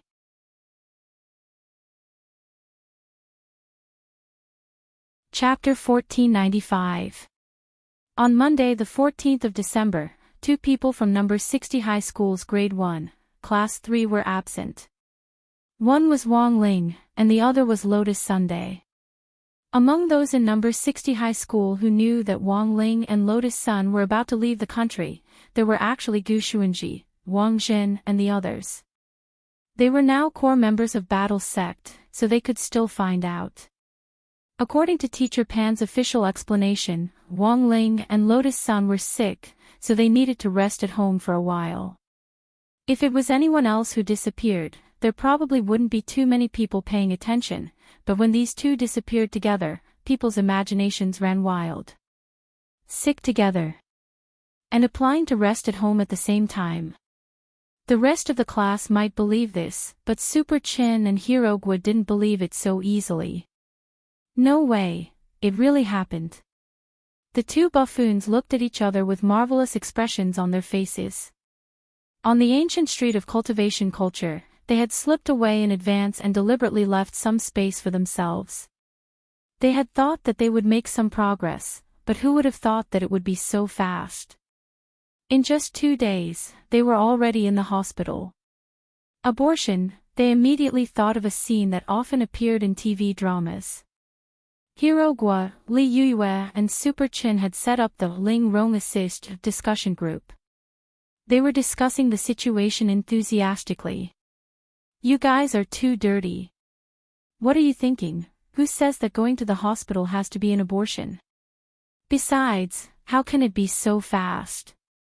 Li Yuyue said crossly. Then if it's not an abortion, is it possible that Wang Ling couldn't restrain himself and wanted to be a beast for once, and then someone found out and broke his leg? Even Hirogwa himself didn't quite believe it when he said this. The probability of this indifferent piece of wood becoming a beast was almost zero. If he had, he would have done it long ago. Back at the Shao family compound, they had plenty of opportunities to be alone. I don't think Ling Zi is the kind of man who would do that kind of thing. At that moment, Super Chen suddenly typed, but the two of them disappearing at the same time and taking sick leave is indeed a little interesting. I think there's more to it than meets the eye, said Li Yuyue. The main reason was that the three of them had sent private messages to Wang Ling or Lotus Sun asking about the situation, but hadn't received any replies. This situation was indeed a little inconceivable. However, they knew Old Pan very well. As a meticulous gold medal teacher, Old Pan basically wouldn't help others lie to them. From the looks of it, someone more senior than Old Pan must have planned and organized something, and then called Wang Ling and Lotus Sun out. Could it be studying abroad? At that moment, Super Chen suddenly said, I remember that when foreign students came to our school in the past, there seemed to be a student exchange program. Isn't there going to be a new student in our class this time? It's possible. When Hero Gua and Li Yue saw Super Chen's words, they immediately nodded like chicks pecking at rice. So you're saying, they're actually on a honeymoon abroad? Li Yue's mouth twitched. At that moment, Hero Guo couldn't help laughing. Honeymoon is an exaggeration. Can you call it a honeymoon when it comes to cultured people? That's called learning. Li Yue said, yes, yes, yes. Study. He. Super Chen chimed in. He. After some discussion, Super Chen and the others seemed to have an answer. They were Wang Ling's best brothers, and even if they knew something, they would only rot in their stomachs and wouldn't say a word. However, Super Chen and the others weren't the only ones who had doubts about this matter. On this day, Jiang Yingying wasn't in a good mood either. She looked anxiously at Wang Ling and Lotus Sun's empty seats, and felt that something was up. When school was almost over, Jiang Yingying used the same trick again and blocked Super Chen and Hero Gua at the school gate. Classmate Jiang, please let me go, I really don't know where Lingzi is. Hero Gua raised his hands in surrender, while Super Chen loyally stepped forward and shielded little fatty Guo behind him. I know that you have a good impression of Lingzi, but there are times when you really can't force things. As Wang Ling's best brother, your behavior isn't just troubling for us, it's also troubling for classmate Wang Ling. Super Chen spoke very seriously, and Jiang Yingying stared blankly at him. The girl lowered her head, her face flushed red. She was probably embarrassed and was reflecting on herself. Seeing Jiang Yingying's nose twitch as if tears were going to fall in the next second, Super Chen hurriedly relaxed his tone and said as gently as he could, actually. Classmate Jiang Yingying, I've always wanted to ask, do you really like classmate Wang Ling? Jiang Yingying's mind instantly blanked at these words. Of course no, what I want to ask is, do you like Lingzi's literary talent, or do you like him? Super Chen smiled. Although I've been single for a long time, I more or less know a little about relationships. At our age, it's actually very easy to mistake good feelings, friendship, worship and the like for like. You just read one of Lingzi's essays and said you like him, so I think classmate Jiang Yingying should consider this carefully. Jiang Yingying was instantly speechless, and for a moment, she actually didn't know how to refute Super Chen's words. It's fine, classmate Jiang, you don't have to answer me now. My questions are only because I am your son's brother, and I am asking you some questions. They're just some immature little questions, said Super Chen. Actually, Super Chen himself didn't know why, but his mouth seemed to be getting better and better at talking, especially since the beginning of this semester. It seemed that his ability to organize his words had been strengthened. To be more precise, it should be after the math class with the new vice principal, Teacher Hu Ding, had started, Jiang Yingying was powerless to answer the series of questions. She stopped asking about Wang Ling's situation, and with a slightly dazed expression on her face, she walked to the bus station. Aren't you going too far? Super Chen frowned and was a little worried. Let's follow behind and send classmate Jiang Yingying back first. Her condition is indeed worrying, said Hero Gua. Just like that, the two of them discussed and secretly followed Jiang Yingying. At that moment, Wang Ling and Lotus Sun were going through the relevant procedures to go abroad at the same place. Because he had to be present in person, Wang Ling had no choice but to participate in this matter himself. Actually, this wasn't Wang Ling's first time going abroad. The main thing was that it was his first time going abroad according to the official procedures, because he had habitually used teleportation before, theoretically speaking, Wang Ling had already entered other countries illegally several times. Furthermore, he had repeatedly jumped around, and no one could do anything to him. Huaxiao Cultivation Entry-Exit Administration. At that moment, Wang Ling, who was taking a passport photo, ran into a new problem. "Classmate Wang Ling, can you smile for a bit?" The female police officer who was taking the passport photo raised her SLR camera and looked at Wang Ling as she asked. Wang Ling grinned. The female police officer didn't know whether to laugh or cry. "Why do you smile like you're crying?" Wang Ling, female police officer, "Come, copy me, isn't Kushwan handsome?" Wang Ling, female police officer, "Don't keep silent, just copy me. I'll take the photo." Wang Ling, "But I can't lie," female police officer.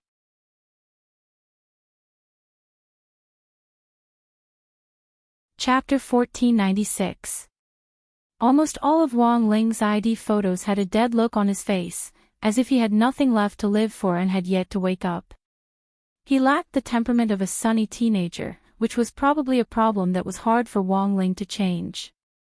This had directly led to him being labeled a melancholy teenager since he was young, which was different from that kind of abstinence. Who knew if it was because of his dead fish eyes, which directly made him look a little hollow. In junior high, Wang Ling remembered that he had been given a very excessive nickname, Young Master Kidney Deficiency. Wang Ling didn't know where this nickname had come from. But he couldn't be bothered to pay attention to this kind of childish behavior. Essentially, giving people nicknames in school was also a kind of violent behavior. But the truth was that the nickname incident in junior high didn't last long. At that time, a lot of people really felt that Wang Ling was weak, and deliberately ran over to pick on him to bully him. For example, when Wang Ling was in the bathroom, they would rush out of the single cubicle in the back and violently take pictures of him. For example, when Wang Ling was in the bathroom, they would rush out of the single cubicle in the back and violently take pictures of him. This guy could really be called Young Master Kidney Deficiency. Which Young Master Kidney Deficiency could grow into a space-cracking throne. After another 10 minutes or so, the female police officer finally gave up completely, just like those photographers who had been keen on taking smiling ID photos. Such a good-looking young man was actually an autistic teenager. What a pity.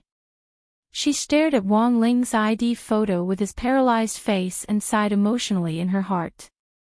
In fact, not all police officers who took ID photos had this kind of patience.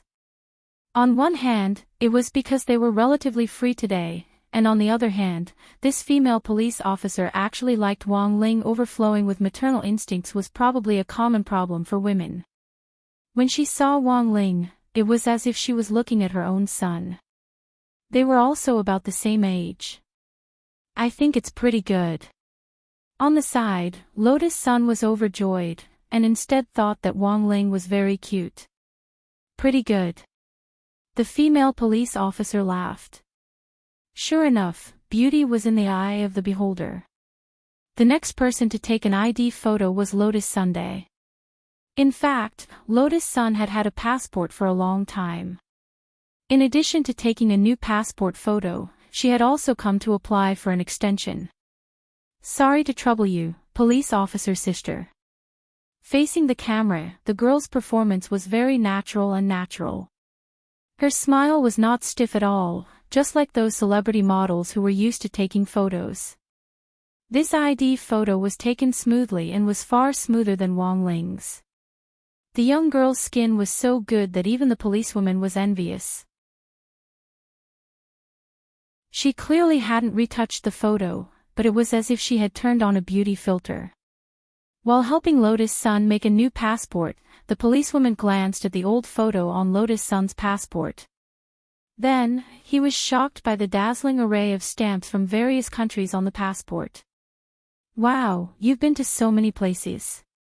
In the end, she was the young miss of Huaguo Water Curtain Group and had seen a lot of the world. The female police officer sighed inwardly. Money really limited people's imagination to a large extent. Perhaps most people would never be able to experience what the life of a rich person was like in their lifetime. In the process, Wang Ling saw the photo in Lotus Sun's old passport. The Lotus Sun in the passport was an adorable little girl. You already had a passport in primary school. Wang Ling was startled. No wonder Lotus Sun had specially come over today to replace the photo. The difference between primary school and high school wasn't insignificant.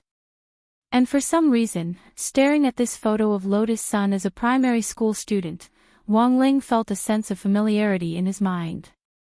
It was as if he and Lotus Sun had met by accident a long time ago, but that memory had already become blurry.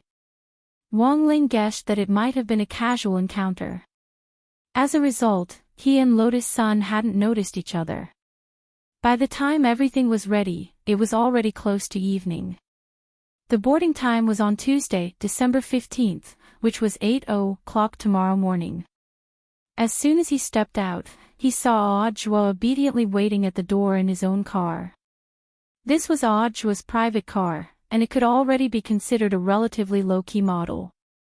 Today, Audjua had actually taken Wang Ling and Lotus Sun around all day to go through all kinds of procedures. The passport was already the last step. Logically speaking, the issuance of passports actually wouldn't be that fast, but with Audjua's official involvement, they had gone through the green channel. It was the same for visas. As long as Audjua, number 60 high school, and the Jugong family on Sun Island got in touch, there wouldn't be any problems with visas. It could be said that everything was ready now, except for the final push. As Wang Ling and Lotus Sun approached the car, Wang Ling suddenly noticed the dainty Jugong Ryoko sitting in the front passenger seat through the window. The girl had changed into her very familiar gothic dark clothes. She crossed her arms and frowned, and no one knew what she was thinking. "Come, my disciple, get in the car."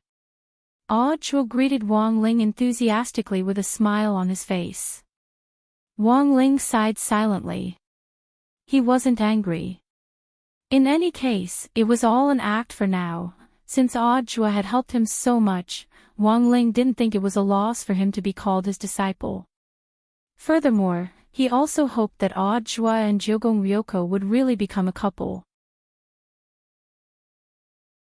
This girl Jugong wasn't easy to deal with. If she became an enemy, it would be very troublesome. Opening the car door, Wang Ling stood obediently to one side and politely let Lotus Sun take the seat first. Then, he got in from the other side. Jugong Ryoko glanced at Wang Ling through the rearview mirror, and seemed a little dissatisfied with this disciple. "You're such a rude disciple? You don't even greet your shifu." Holding the steering wheel, Audjua's foot trembled when he heard Jugong Ryoko's question. Halfway through the car, he abruptly slammed on the brakes, causing Jugong Ryoko's head to bump forward. "Aya!" Jugong Ryoko was hit, but because she was wearing a seatbelt, it didn't hurt much, and she was just a little frightened. "Can you drive?" "If you can't, I'll drive." She felt aggrieved. Every time this happened, Jugong Ryoko would think of her disappointing flatland. If it was big enough, it would be 2 airbags. It would be good to cushion it. "You'll drive. Are you an adult?" Audjua chuckled. It sounded like a casual remark, but there was in fact a hidden meaning behind it. Behind the scenes, Wang Ling and Lotus Sun could vaguely hear it. They all knew what Jugong Ryoko's secret was. Audjua hadn't said it on purpose, he just felt that Jugong Ryoko was a little hostile toward Wang Ling, so he had said something quick-witted to make Jugong Ryoko pay attention to it.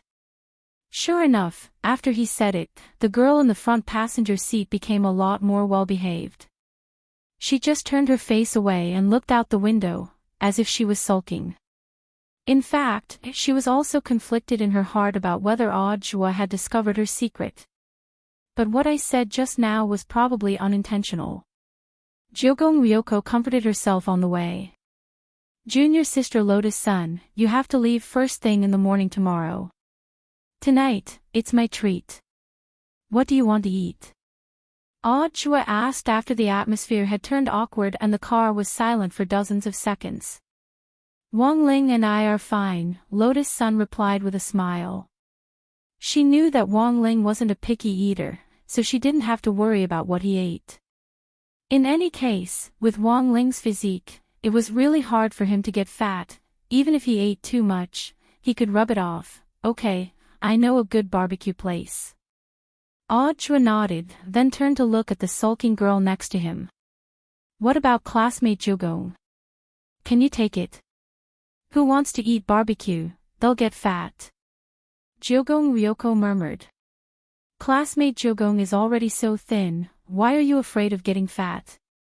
I don't think it's a big deal for a girl to get a little fat, as long as the fat goes where it belongs, Audra said with a smile. Hearing this, Jogong Ryoko's eyes instantly lit up, but then she quickly calmed down. The girl snorted and turned her head to look out the window. Whatever you want, the atmosphere had probably been saved. Seeing this scene, Audra breathed a sigh of relief in his heart and couldn't help sighing at his own difficulties. Shifu and his wife were in the back seat, and his future wife was next to him. This was indeed a lot of pressure. After all, he and Jogong would really be together in the future. In addition to that father-in-law who had been flirting everywhere, there were still 6 mothers-in-law in front of him. The 4 of them arrived at the barbecue place without a hitch. Audra didn't want to reveal his identity in public, so he wore sunglasses and a cap that kept his hair down. Jogong Ryoko was amused by his comical get-up. After taking a seat, Jogong Ryoko suddenly realized a problem. That classmate Wang Shower and Senior Golden Lamp, aren't they coming? They'll meet up at Songhai International Boat Yard tomorrow morning. Don't worry about them, Audra said. The main reason was that Wang Ming's approval to go abroad was more troublesome. Although Audra was already doing his best to coordinate, whether or not Wang Ming could ultimately go abroad still depended on the old secretary and President Qi's approval. After all, Wang Ming's job this time was to investigate aliens, which could be done even if Wang Ming wasn't needed. There were so many alien experts and scholars at the Magic Treasure Academy of Science, so it didn't really matter who they sent. The authorities were still worried that if Wang Ming's true identity was leaked and he was abroad, they might find an excuse to forcibly detain him. Although the probability of this happening was relatively small, it was still a potential risk that needed to be assessed. But Wang Ling himself was quite calm about this matter. With the Great Fortune spell, he knew that Wang Ming wouldn't be in trouble if he went through the vetting process. During the food order segment, a graceful waitress walked over from a distance with a tray in her hands. She placed the iced lemonade on the tray in front of everyone. My name is Aya. This is the complimentary iced lemonade. If you need it, you can call me for a refill at any time. The waitress called Aya smiled. Then, she looked at Audra. Sir, you look a little familiar. Is that so? Audra pushed up his sunglasses and smiled awkwardly. Audra glanced at Kamiya Ryoko indifferently and noticed that the girl's eyes were densely packed with thorns. Excuse me, are you Mr. Audra? In fact, when she saw the loose curls on Audra's forehead, the waitress had already confirmed Audra's identity. As if on purpose, Aya kept her upper body very low. Even with his sunglasses on, Audra could see the 2 eye-catching meatballs hanging from the waitress's chest, which looked like white flour. This barbecue restaurant was one of Audra's regular customers. Although he usually tried to disguise himself, most of the waitresses in the restaurant knew it was him, and usually wouldn't make such a big fuss about nothing. This Aya was clearly new, and for a moment, Audra felt a little helpless. Since he had already been recognized, he could only admit it. So Audra took off his sunglasses and made a shushing gesture at Aya. You're right, but I hope you can keep your voice down, I understand. The waitress looked excited. It was only at that moment that Kamiya Ryoko realized that she seemed to have underestimated Audra's popularity. To be recognized in a public place while in disguise, he was really like a celebrity. Furthermore, most of the people who could recognize him were true fans, who had been following him for a long time. This Aya didn't stand on ceremony. She took out her phone on the spot, set it to selfie mode, and then set the beauty level to the highest. That. Mr. Audjua, can I take a photo with you? She was very obedient and didn't disturb the other diners. She kept her voice very low, shy and a little numb, and then pretended to pull up the collar of her uniform. This scene immediately caused Wang Ling to obediently turn his face away. On the side, Lotus Sun watched this scene as if she were watching a play, and at the same time, she was very satisfied with Wang Ling's indecent gaze. In fact, Wang Ling also didn't know why he had turned his face away. Maybe it was out of a straight man's instinct, but he felt that he should turn around. Sorry, it's not convenient for me to take a photo with you. Audjua smiled at the waitress and refused. In fact, he had never refused this kind of thing before. Unfortunately, with the alliance election at hand, he needed to be extra careful. After all, he was currently very well known nationwide. Taking a photo with him wasn't a big deal, but he was afraid that people with ulterior motives would use it to do bad things. For example, a year ago, a restaurant owner had used a photo of Audjua to advertise that he was his relative, in order to drum up business. After that incident, Audjua had actually been more careful and rarely took photos with others. Can't I? This waitress called Aya looked disappointed when her request was turned down. She gently rubbed her foot against Audjua's leg. If you don't mind, I can sign instead. The corners of Audjua's lips curled up slightly. Actually, he knew what this Aya was up to. However, he could resist temptation. This was in itself a test for cadres. Audjua considered himself a person with strong self-control. It wasn't like he had never experienced a situation like this before. It would actually be very easy to get rid of this waitress. But that wasn't what he was focused on. He was more curious about Jogong's attitude and reaction. The truth was that at that moment, Jogong Ryoko's expression was already very ugly. The girl's face was overcast, and coupled with her dark gothic gown, she looked like a witch in an ancient castle. Even if she didn't say anything, Lotus Sun could sense that Jogong Ryoko wanted to skin this waitress alive. Odd brother Joie, I've always been your fan, I beg you, just one. Is that all right? I promise I won't tell anyone. But it seemed that this waitress wanted to waste time with Audjua. She spoke in an arrogant and delicate voice and didn't think anything of Jogong Ryoko at all.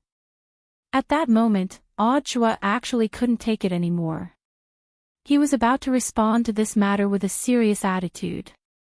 In the end, Audjua hadn't expected Jogong Ryoko to be the first to restrain herself.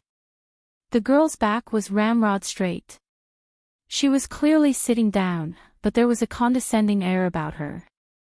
Mr. Joie said that it's not convenient to take a photo together. Is it fun to waste time? I just want to take a photo together, can't I?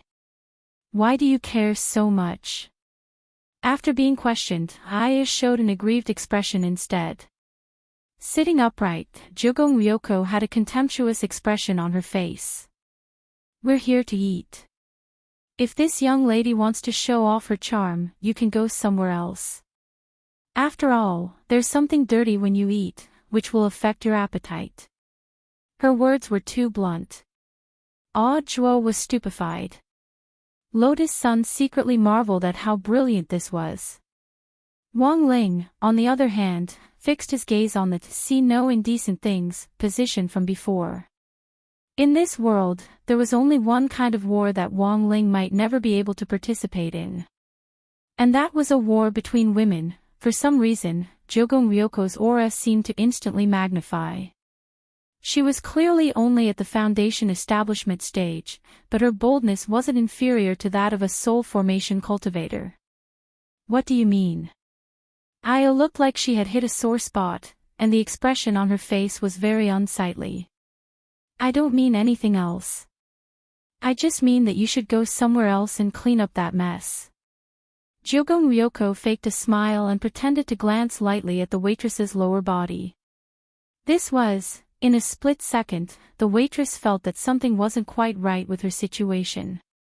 Because it just so happened that her period had come at this time. The tables had turned, and Aya instantly squeezed her legs together and fled in a panic. That's it.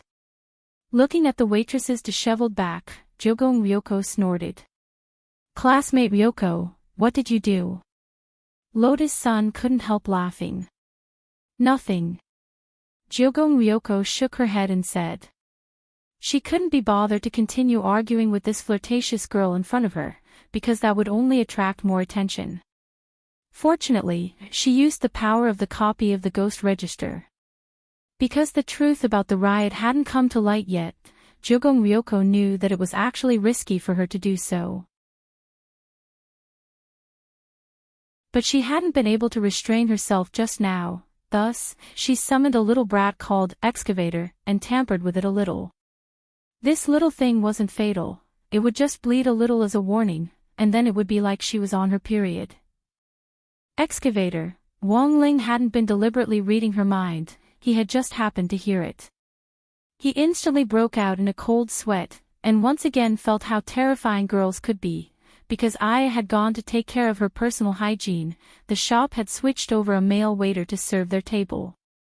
They didn't have to roast the meat themselves, the waiter had been professionally trained and knew exactly how long it took to roast different parts of the meat. Seeing that the new waiter was called Little Light, Jogong Ryoko instantly felt a lot more at ease. She didn't regret what she had done just now.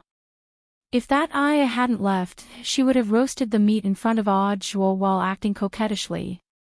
Just thinking about it made Jogong Ryoko feel a little nauseous. In comparison, the male waiter was much better. The waiter just buried his head in roasting the meat, and then divided it evenly among everyone's plates, remaining silent the whole time. If there was no contrast, there was no harm.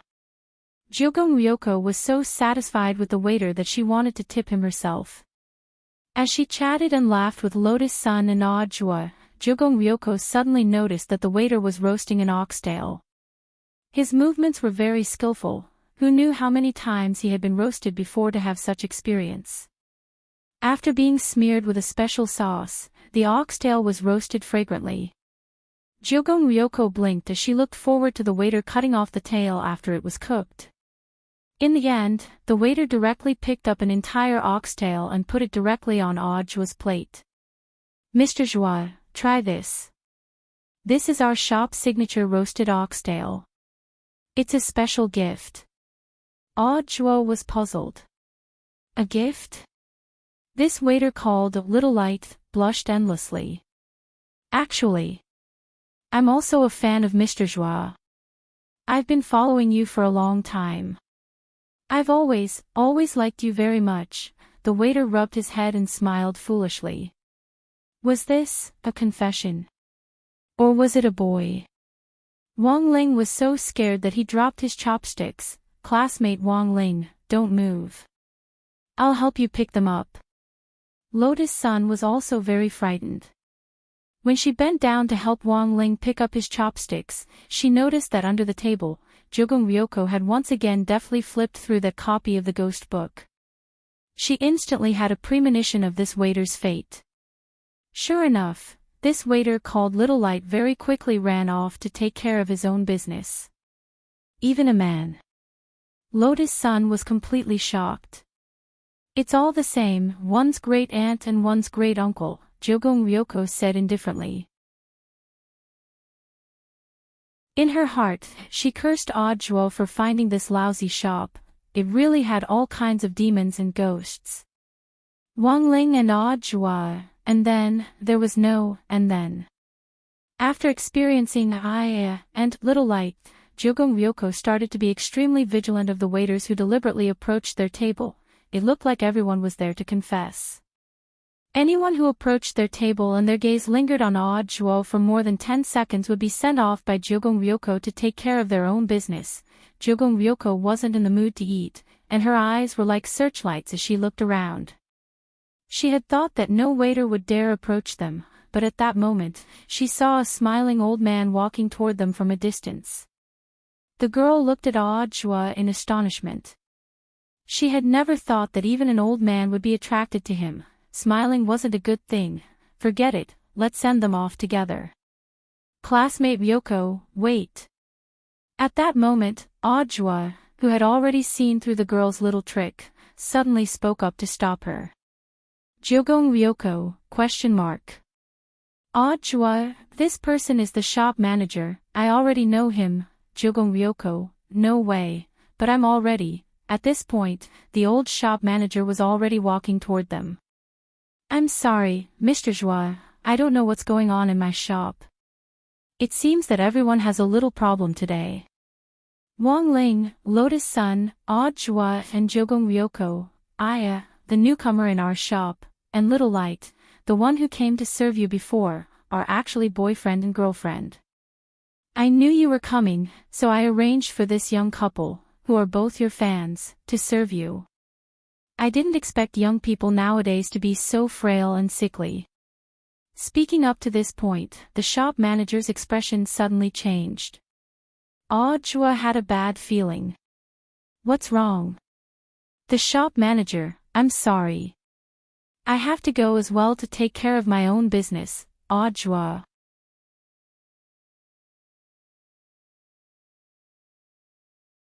Chapter 1497. Wang Ling realized that there seemed to be a lot of strange ghosts in the ghost record. After all, this ghost record was the foundation of the entire Jogong family for 100 years. The ghost called Excavator. It was in fact a collective vengeful spirit.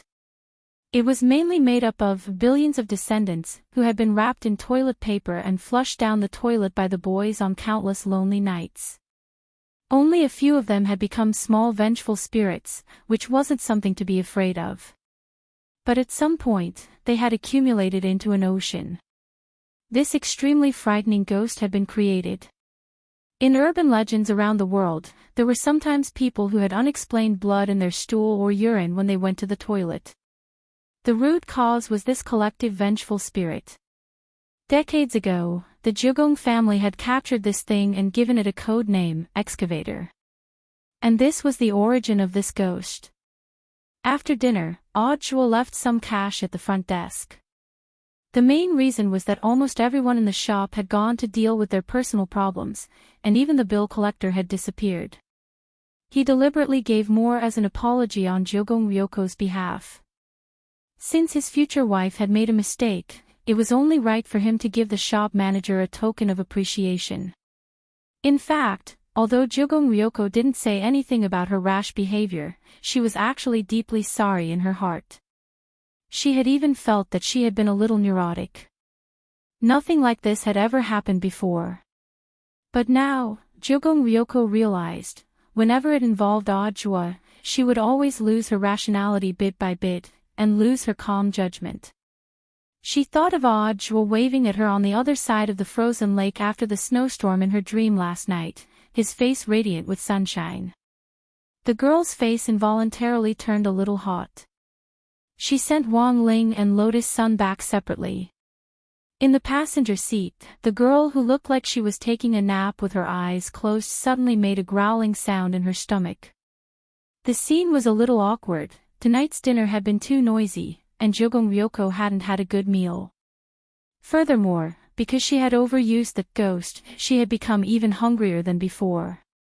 Jogong Ryoko had wanted to put up with it for a little longer, and order a midnight snack when they got home. But her stomach had failed to live up to her expectations at that moment. Hungry? Audra raised his eyebrows and asked, "Do you want to go for a midnight snack with me?" Kwamiya Ryoko knew that Audra must have noticed that she was pretending to sleep. After thinking for a while, he opened his eyes. Roadside stalls are not clean. Who said I'm taking you to eat at roadside stalls? Audra said, I can make it for you myself. Kwamiya Ryoko was surprised to hear this. You can cook? Of course. When I was in the basic army, I worked in the cookhouse for a while. Audra smiled confidently and said, "Of course, it's a little late now. If you want to go back and rest, I can send you back now. If you want supper, follow me to the staff apartment. But I'm afraid it'll be midnight by the time we finish this supper. It's not good for the development of underage girls." These words made Ryoko Kuya silent. She swallowed the saliva in her mouth. She didn't know if it was because she was looking forward to Audra's cooking or because she was really hungry, but she felt a little conflicted. "You've always been a straightforward person. Is it really that difficult to make a decision?" Holding the steering wheel, Audra withdrew his gaze and deliberately didn't look at Kamiya Ryoko's red face. "Or is it because you heard that we're going to my apartment that you thought of something else?" Hearing this, Ryoko stared blankly. Since Audra had already said this, if she still didn't go, it would seem like she had a guilty conscience. So she folded her arms, rolled her eyes at Audra, and looked at him with her shapely eyebrows furrowed. "Let's go, I'm not afraid of you." "Okay." As a master planner, Audra was of course overjoyed to see that his fishing strategy had succeeded. In fact, it was only after Ryoko agreed that she realized she had been tricked by Audra again. She didn't know why, but Audra always seemed to be able to provoke that chord in her heart. But Kiyomiya Yoshiko still refused to admit this matter verbally, even though she seemed to already have the answer in her heart. But between her and Audra, perhaps they could only be close friends at most, and there was no possibility of them going any further. Every time she thought of this, Ryoko's mood was like a ball of tangled cotton thread, extremely messy. The pressure from the family behind her might have already drawn a line between her and Audra. Following Audra to the staff apartment, Ryoko was shocked by where Audra lived. It wasn't that it was gorgeous, but that everything was too clean. The wooden floor was spotless, there was a fragrance in the air, and all the smooth surfaces were so shiny that they reflected light, as if they had just been wiped. But what surprised Ryoko the most was Audra's obsessive-compulsive neatness. The books on the bookshelves, the pendants on the walls, the knickknacks on the countertop, not only were the colors uniform, even the placement of everything was clearly at the same level. It was simply cleaner and more beautiful than her villa. As a man's bedroom, Ryoko thought it was a little outrageous. How did the saying go? If it was clean and tidy without any smell, it was either a trap or gay. You live alone? Ryoko asked. Of course. Audra nodded and couldn't help smiling. I want to find a wife to keep me company, but someone has to be willing to marry me. As he said this, Audra was pouring lemonade for Ryoko. He deliberately didn't look at the girl's expression, because he knew that she was definitely blushing out of embarrassment. Did you clean the house by yourself? Didn't you call the cleaner or something? Ryoko took the cup from Audra and didn't dare look him in the eye. You know what I do. Sometimes, due to work reasons, I might bring some information back. So it's not safe to call the cleaner. There's a risk of leaks. Audra smiled and said, It's just cleaning, it's not like I don't have hands and feet. There were in fact a lot of cleaning talismans on the market now, and with them, it wouldn't be too tiring for Audra to clean alone. Audra's family wasn't bad to begin with, and he had always pursued a clean, orderly and ritualistic life. It wasn't that Audra did a good job, it was just that he was a little more particular than many boys. But there was a saying, gold or silver, there was no place like your own kennel. No matter what your home was like, whether it was messy or clean, as long as you lived happily, outsiders naturally had no right to interfere. In order to live a better life, the struggling, young waves worked hard from dawn to dusk every day, and they were already tired enough. As for whether or not he wanted to keep his home as spotless as his own, Audra felt that it was purely his own choice. He couldn't use the same standard to restrict everyone. After all, everyone's conditions were different. There were many ways to live life. It was fine as long as he could enjoy himself, and he didn't need to care about what other people thought. What are you going to make for me for supper? I'll make it for you.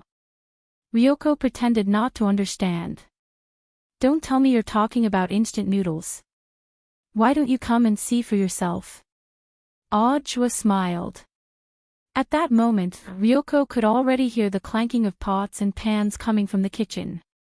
Curious, she walked into the kitchen and saw that Audra was rolling noodles.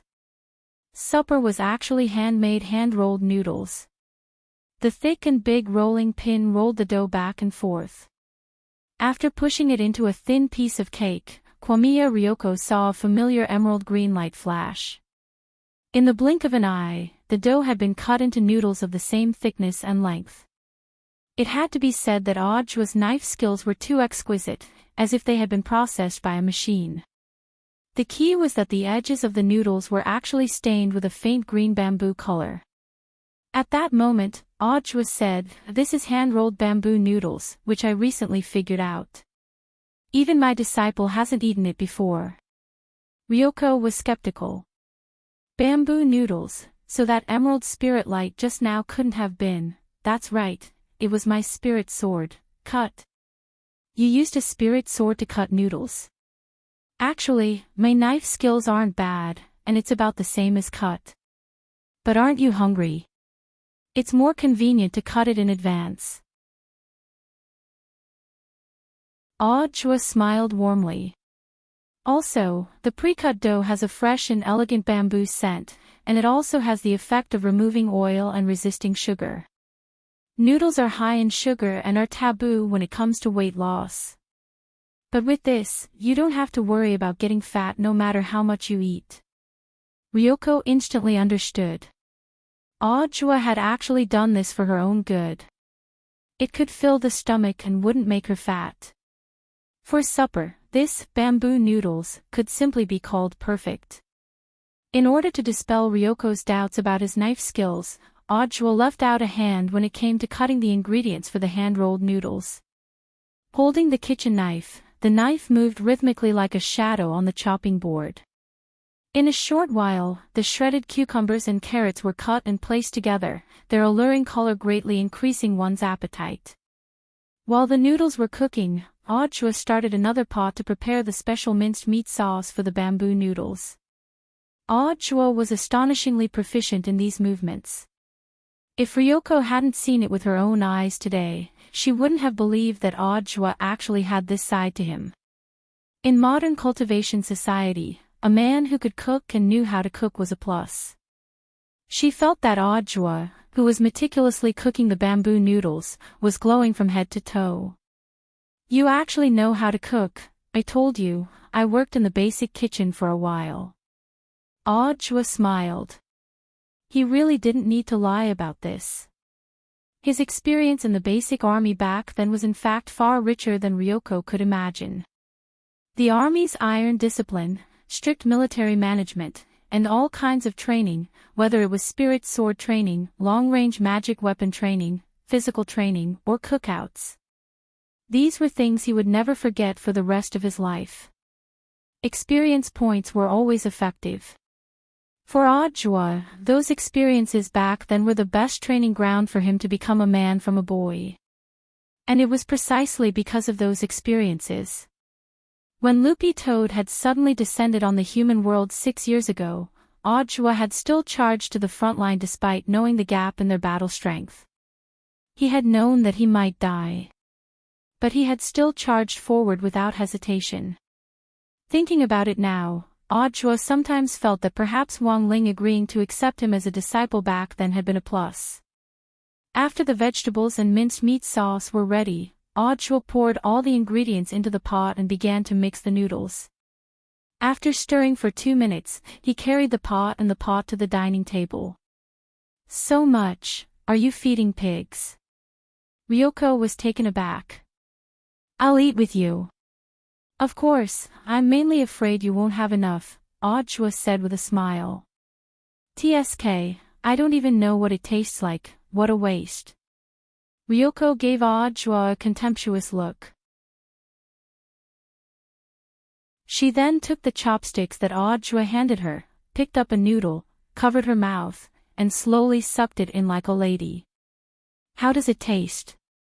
Audrey looked forward to Ryoko's evaluation. When he saw what seemed to be a flash of light on the girl's face, he already had an idea. Unfortunately, this wasn't an anime. If it was China's cooking master teacher, there should be a scene of a group of young girls in Cheongsam fanning themselves in the back. If it was Spirit of the Halberd Eaters, there might even be clothes exploding or something. Barely passable. It's about half the level of my chef, Ryoko said after tasting the first mouthful. Then, she ate the whole pot of noodles. Audrey said that he wanted to eat with her, but in fact he only ate a small bowl, mainly to taste the taste. While cleaning the table, Audrey showed off the empty pot to Kamiya Ryoko. I told you, it won't go to waste. Don't be too pleased with yourself, I just think it's shameful to waste. It's not because your noodles are delicious. Ryoko snorted. She rubbed her belly and felt that she had indeed eaten a little too much, but the amazing thing was, she didn't feel bloated at all. Although it was her first time eating Audrey's bamboo noodles, it had to be said that it did indeed leave a rich aftertaste. Audrey stole a glance at the contented girl. While he was secretly happy, he couldn't help feeling a little disappointed. After eating the noodles, Ryoko's belly did look a little bigger, but it still hadn't grown in the places it should have. What a pity. After washing the pot, Audrey saw the girl sitting on the sofa, looking very preoccupied. What are you thinking about? Audrey noticed a problem.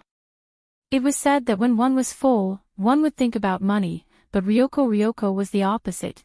After eating, she started to let her imagination run wild. I was wondering if it was the right decision to let classmate Sun and the others go to the Ryoko family.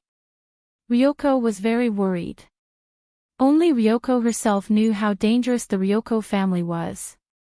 Not to mention the power on the surface, there were turbulent undercurrents behind them. Once they got caught up, it would be difficult for them to get out. It's fine, I'll keep an eye on them. Audrey's calm eyes comforted Ryoko at that moment. He glanced at the time and saw that it was already 1 a.m, so he asked, shall I send you back? Or are you going to stay here with me? Who wants to stay here with you? Ryoko patted Audrey hard on the shoulder and got up. But as soon as she got up, Audrey grabbed her wrist and abruptly pulled her into his arms. Kamiya Ryoko felt like a yo-yo. Before she could react, Audrey had already hugged her. What are you doing? Faced with such a rude action, Ryoko was both ashamed and annoyed, but strangely, her body actually didn't reject Audrey's approach. It's nothing, I just want to hug you. Audrey's voice was very low, as if he was acting spoiled, and Ryoko's heart trembled when she heard it. Let go of me. I really have to go back. Ryoko pinched Audrey's thigh hard and struggled out of his arms with a red face. I'm sorry, classmate Ryoko, I was rude. Audrey smiled and raised his hands in surrender. Like hell I'll believe you. Ryoko snorted. She had already realized it. Apologizing humbly and daring to do it again next time, this was Audrey's true attitude when admitting his mistake. After a brief silence, Ryoko felt her mood calm down a little, and her face suddenly darkened as she resumed her cold look. I'm leaving. Shall I see you off? Audrey asked. No need. Ryoko's voice was cold, and the corners of her lips twitched slightly. The better Audrey treated her, the more sober she felt. Like she was reflecting on a hangover, Ryoko was reflecting on the unseen future between her and Audrey. When she reached the door, her figure seemed dispirited, which made Audrey's heart ache a little, and he had the urge to rush forward and hug her again. But he felt that this might arouse the girl's disgust, so he resisted the urge and didn't rush forward. For some reason, he felt that Ryoko suddenly had a lot on her mind. Before leaving Audrey's apartment, she left him with one last sentence. Don't do this in the future. It's better for us to be friends. Then, she quickly turned the doorknob and stepped out without hesitation. Have I been rejected? Audio's heart twitched violently, and he smiled bitterly in his heart. He knew that Ryoko wouldn't open her heart so easily. This was to be expected. Because he was worried about the girl going home alone. After Ryoko left, Audio had immediately sent a scout to secretly follow her. Classmate Ryoko, it won't be that easy to shake me off. At that moment, Audio was standing by the window, gazing lovingly in the direction of the villa where Ryoko lived and smiling slightly. No matter what Ryoko said or thought, he was certain. The girl in front of him was the happiness of his life. No one could sleep tonight. Whether it was Audio or Ryoko, it was destined to be a sleepless night. Elsewhere, in an elegant mansion deep in the inner courtyard of the Ryoko family on Sun Island, the sixth wife of the Ryoko family was also having a sleepless night. Akano Hoshi was the name of the sixth wife before she had married into the Ryoko family. Now, she had changed her name to Ryoko. She was the youngest and most beautiful of all Ryoko's father's wives, and also the one with the richest family background. When the sixth wife had married into the Ryoko family back then, it had caused quite a stir. She was the only daughter of Sun Island's famous underworld gang, the star-picking group. Many people wished to marry into the star-picking group, but in the end, Akano Hoshi had still chosen the Ryoko family. It was a quiet night. Ryoko was sitting by the stove in her elegant room, waiting for news from Hwasho Nation. She was wearing a black fur coat, and there was a profound look in her eyes. Sixth wife. A slightly aged but magnetic voice rang out. It was none other than luminous immortal Harmony. This was the Ryoko family foreign affairs liaison officer who had spoken to Ryoko on the phone earlier. He had come here mainly to report on the exchange student program. The sixth wife in front of him was the last one. Because she didn't have the habit of using modern technology or communication magic treasures, there were a lot of things that needed to be communicated verbally. After marrying into the Ryoko family, she rarely interacted with the other members of the Ryoko family. Apart from going out, her range of activity was this elegant room and the small garden around it. Luminous immortal Harmony had a feeling.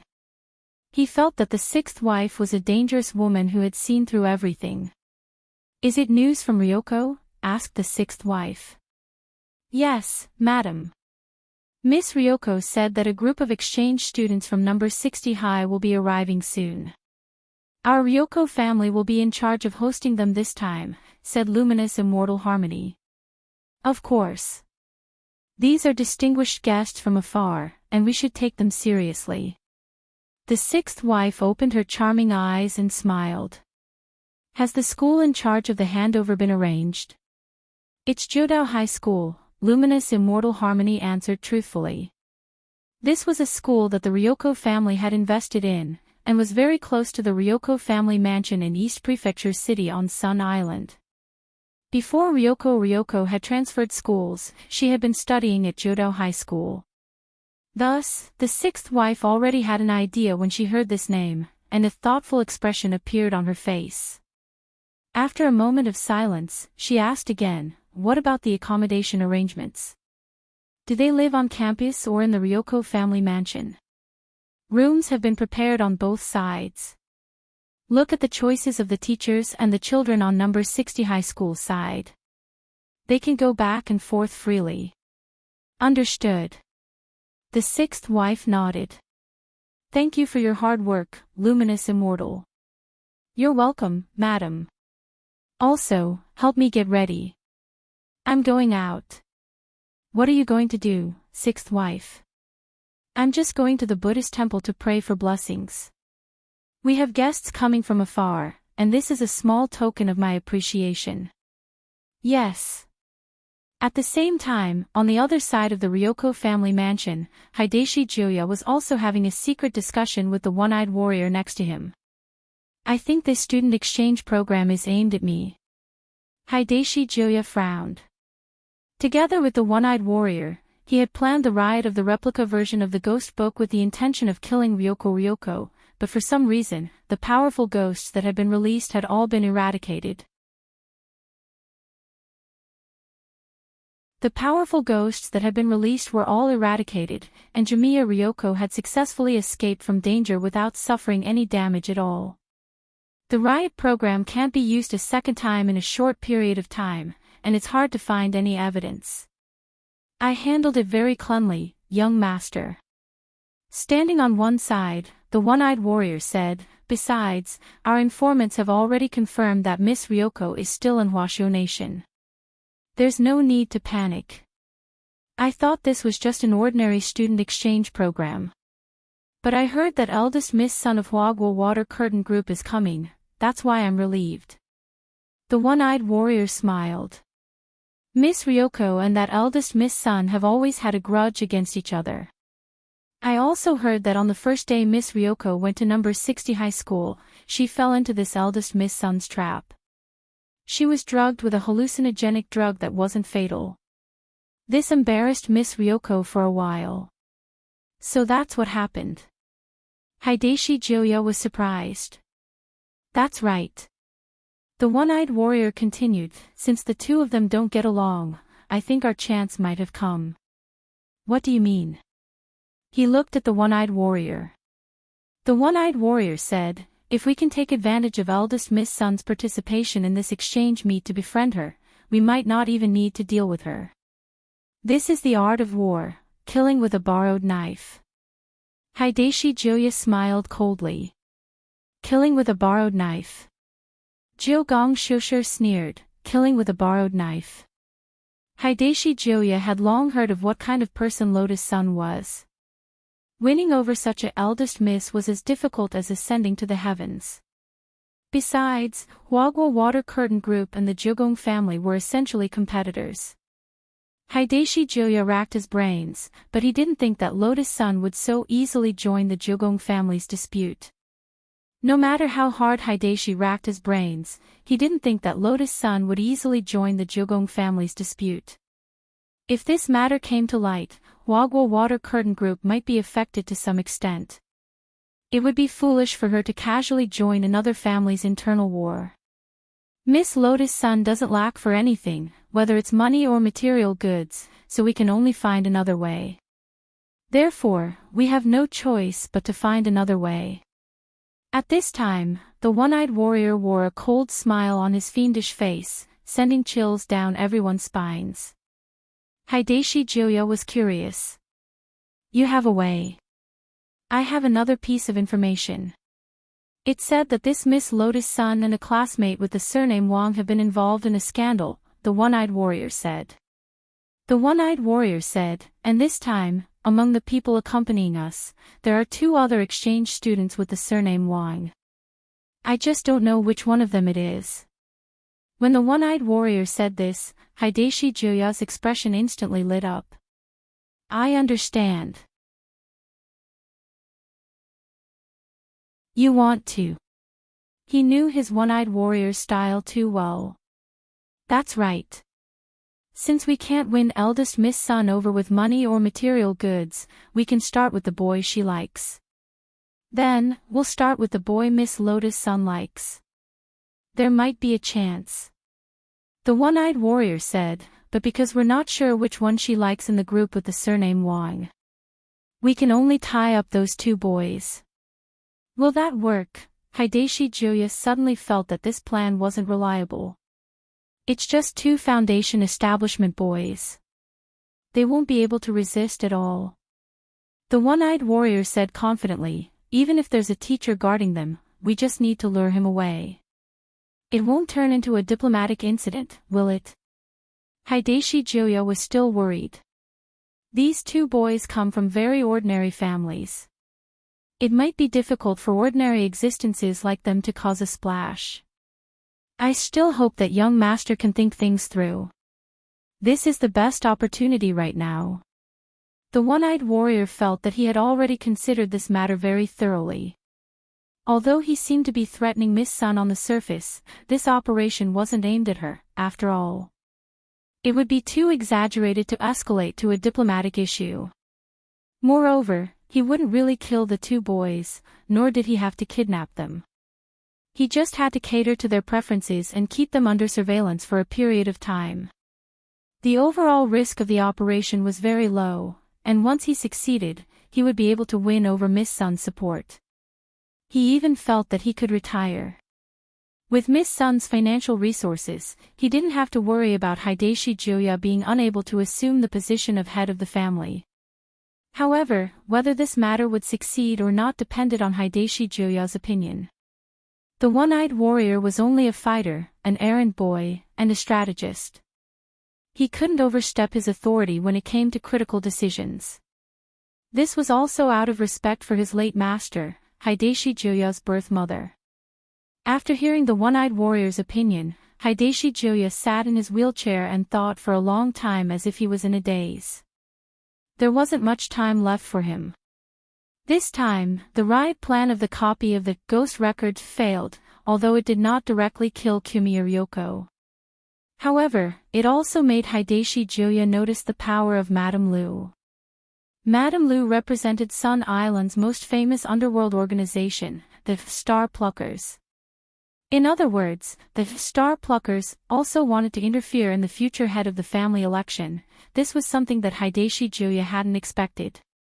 If they wanted to contend with the Star Pluckers in the future, they wouldn't be able to rely on the chips they had.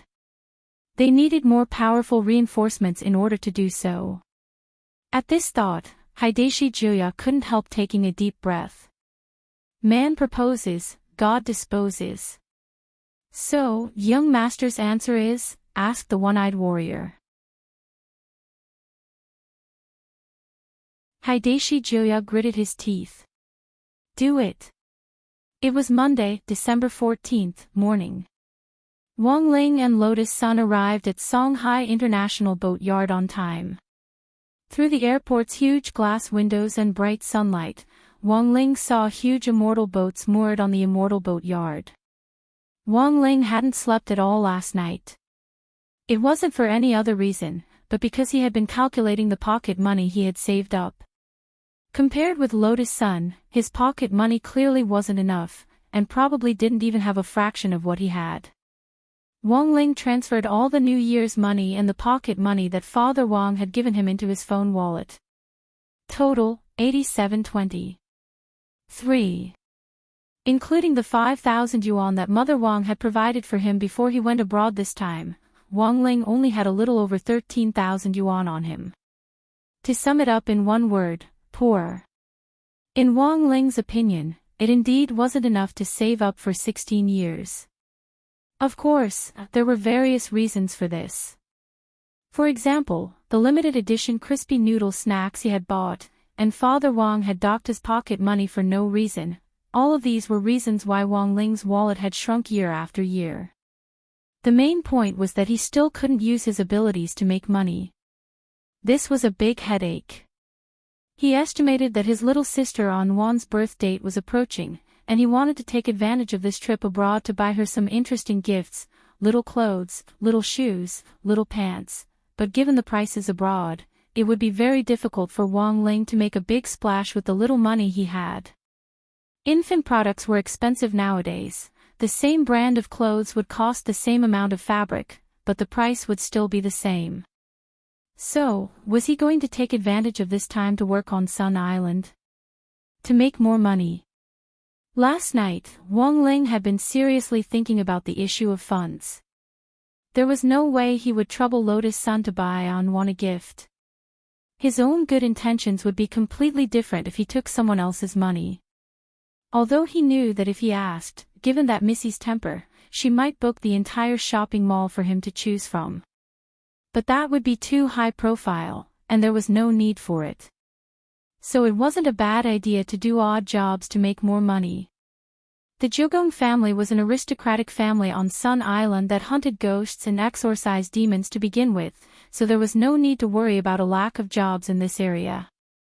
When the time came, Wang Ling reckoned that as long as he made some inquiries, it shouldn't be a problem for him to get rid of some demons and ghosts. For Wang Ling, Slaying demons and exorcising demons didn't count as using his abilities, because he actually didn't need to use his abilities at all. As long as he stood there for a moment, those ghosts would be scared out of their wits.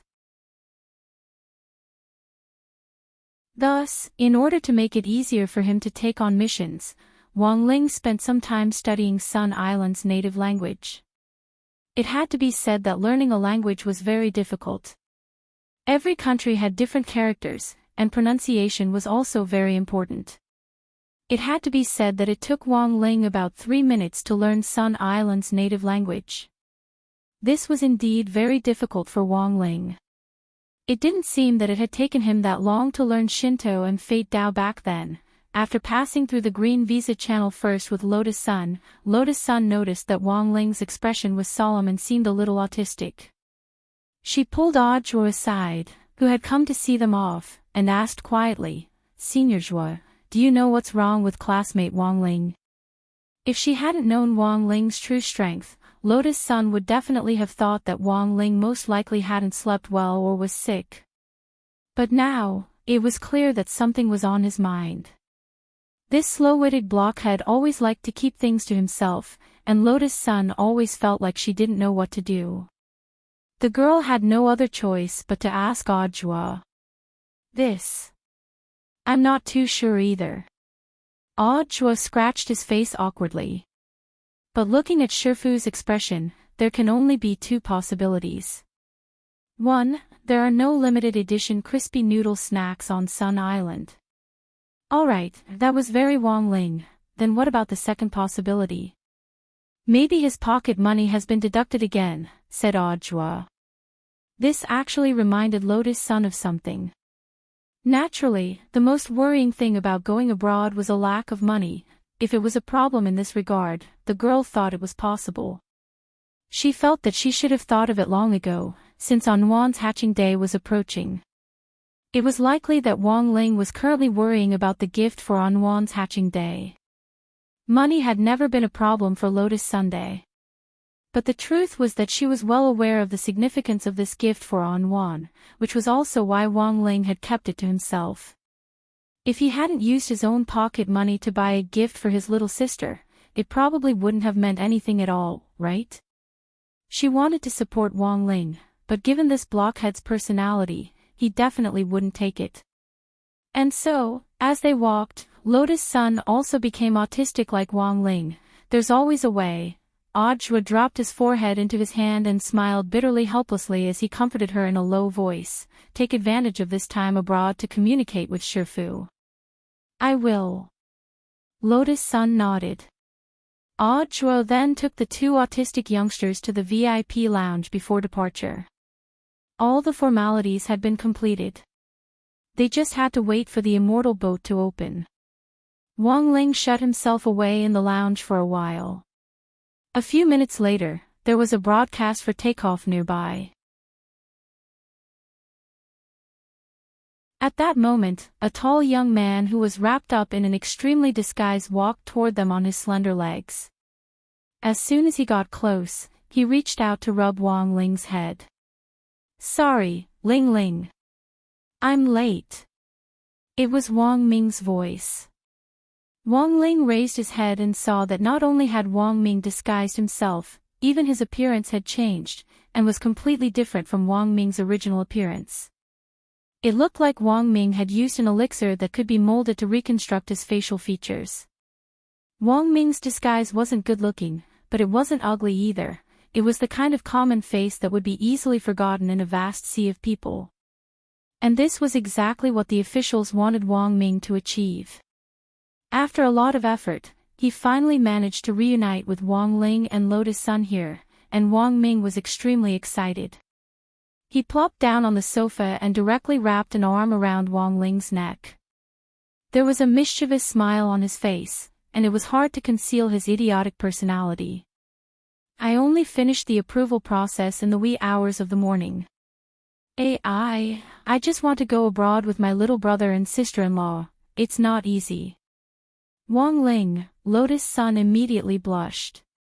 "Brother Ming, don't joke with me, it doesn't matter now, but after we go out, you must remember to call me second brother, Wang Ming reminded him. Okay, second brother. Also, I have to tell you that when we get there, we have to wait for Dee and Senior Golden Lamp at the Immortal Boat Yard on Sun Island. They were busy with my business last night, and haven't finished their own approval process yet. That's why we have to wait for Class 1, Wang Ming said telepathically. This wasn't telepathy, but Wang Ming's direct use of his brain waves to communicate telepathically. For an ordinary person's brain waves to be developed to this extent, Wang Ming was indeed the only person in the world who could do this. So it was no wonder the officials had been so cautious in approving Wang Ming. At that moment, Wang Ming suddenly frowned. There was a wary look in his eyes as he continued to use his brain waves to secretly communicate with Wang Ling and Lotus Sunday. Do you feel anything? Wang Ling and Lotus Sun both nodded. Someone was watching them. Furthermore, this person was a passenger on the same flight as them. He was a man in a woolen hat, sunglasses and a black down jacket. How's the situation? At that moment, a voice came from the man's mini headset. Don't worry, everything is going smoothly. Be careful, don't get caught, don't worry, it's just 3 foundation establishment students. They can't even complete this little task. How can I face young master? Although he had been using sunglasses and pretending to read the newspaper to demonstrate, this person clearly hadn't expected that the moment he harbored ill intentions, he had already been targeted by the people he was monitoring. Even more so, he hadn't expected the 3 people he was monitoring. One was the most powerful brain on Earth. Another was the most powerful foundation establishment cultivator on Earth. And the last was Earth's father.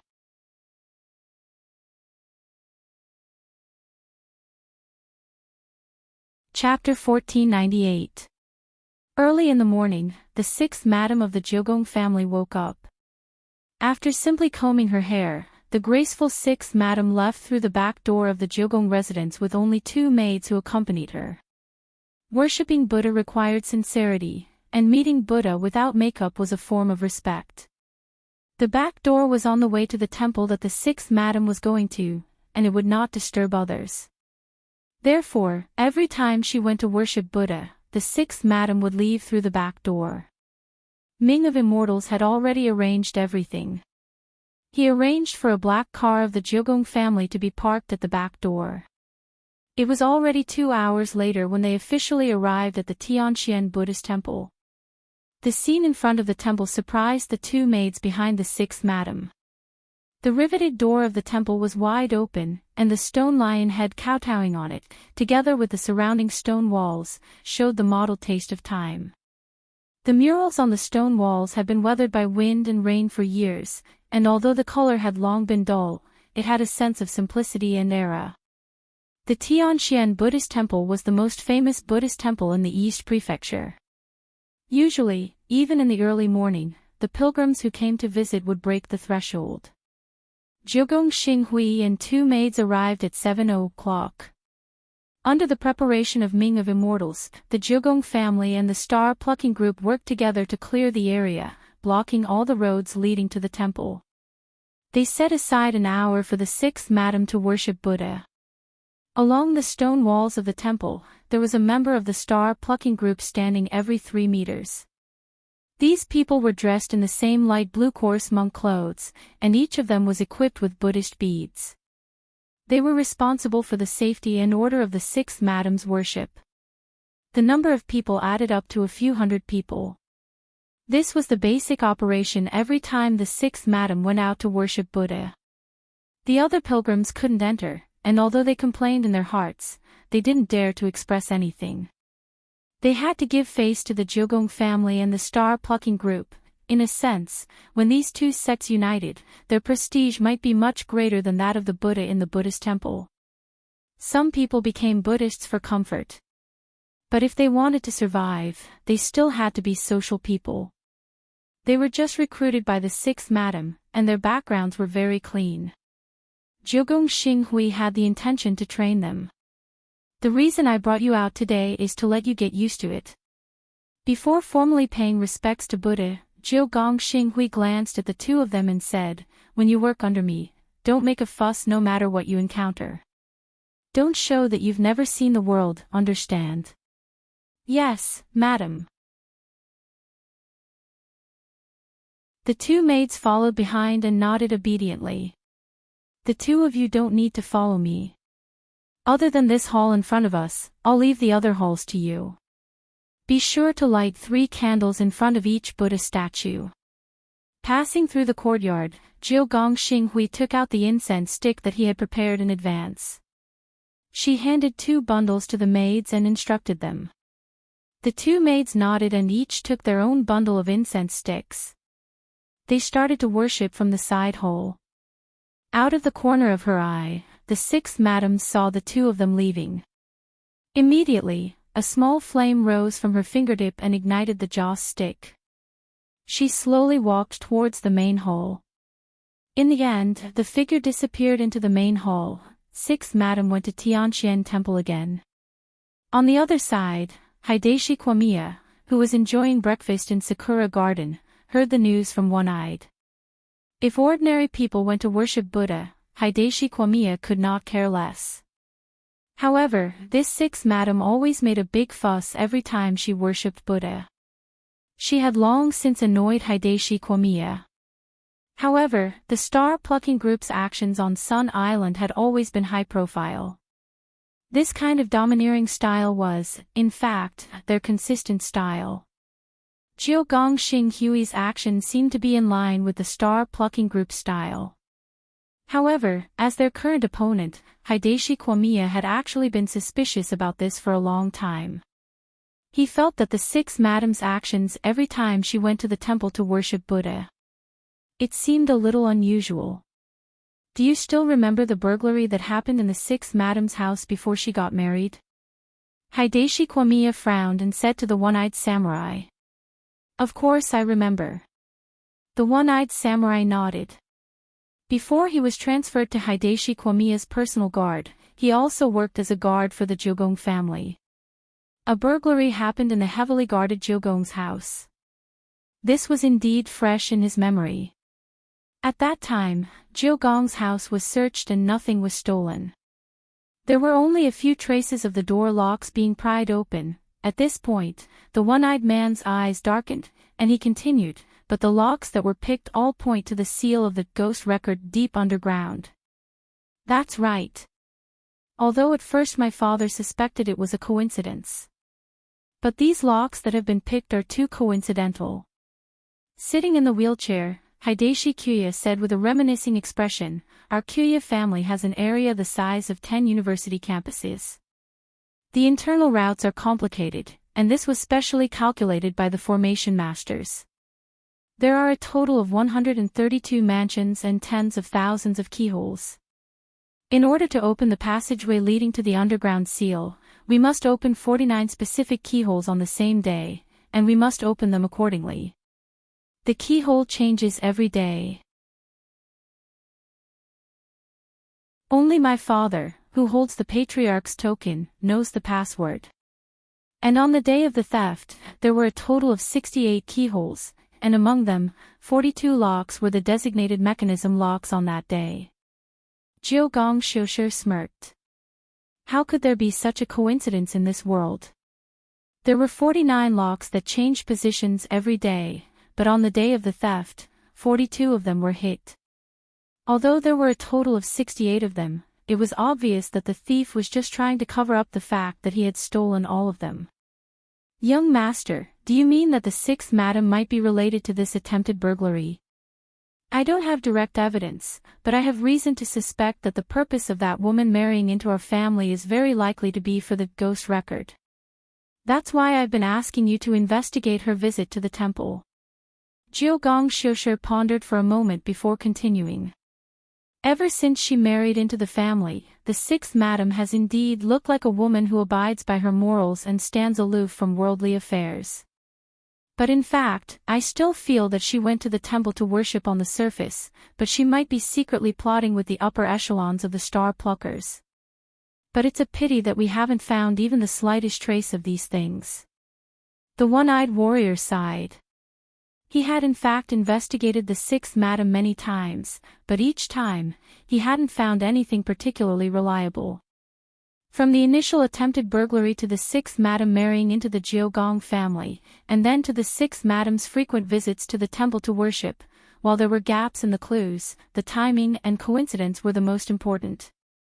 Jiogong Xiushi had noticed very early on that this sixth madam had an ulterior motive. In his wheelchair, Jiogong Xiushi frowned deeply. Also, she has been plotting against our Jiogong family for a long time. If an outsider comes at a time like this, it might disrupt her original rhythm. So, young master, you sent people to keep an eye on number 60 high to protect them?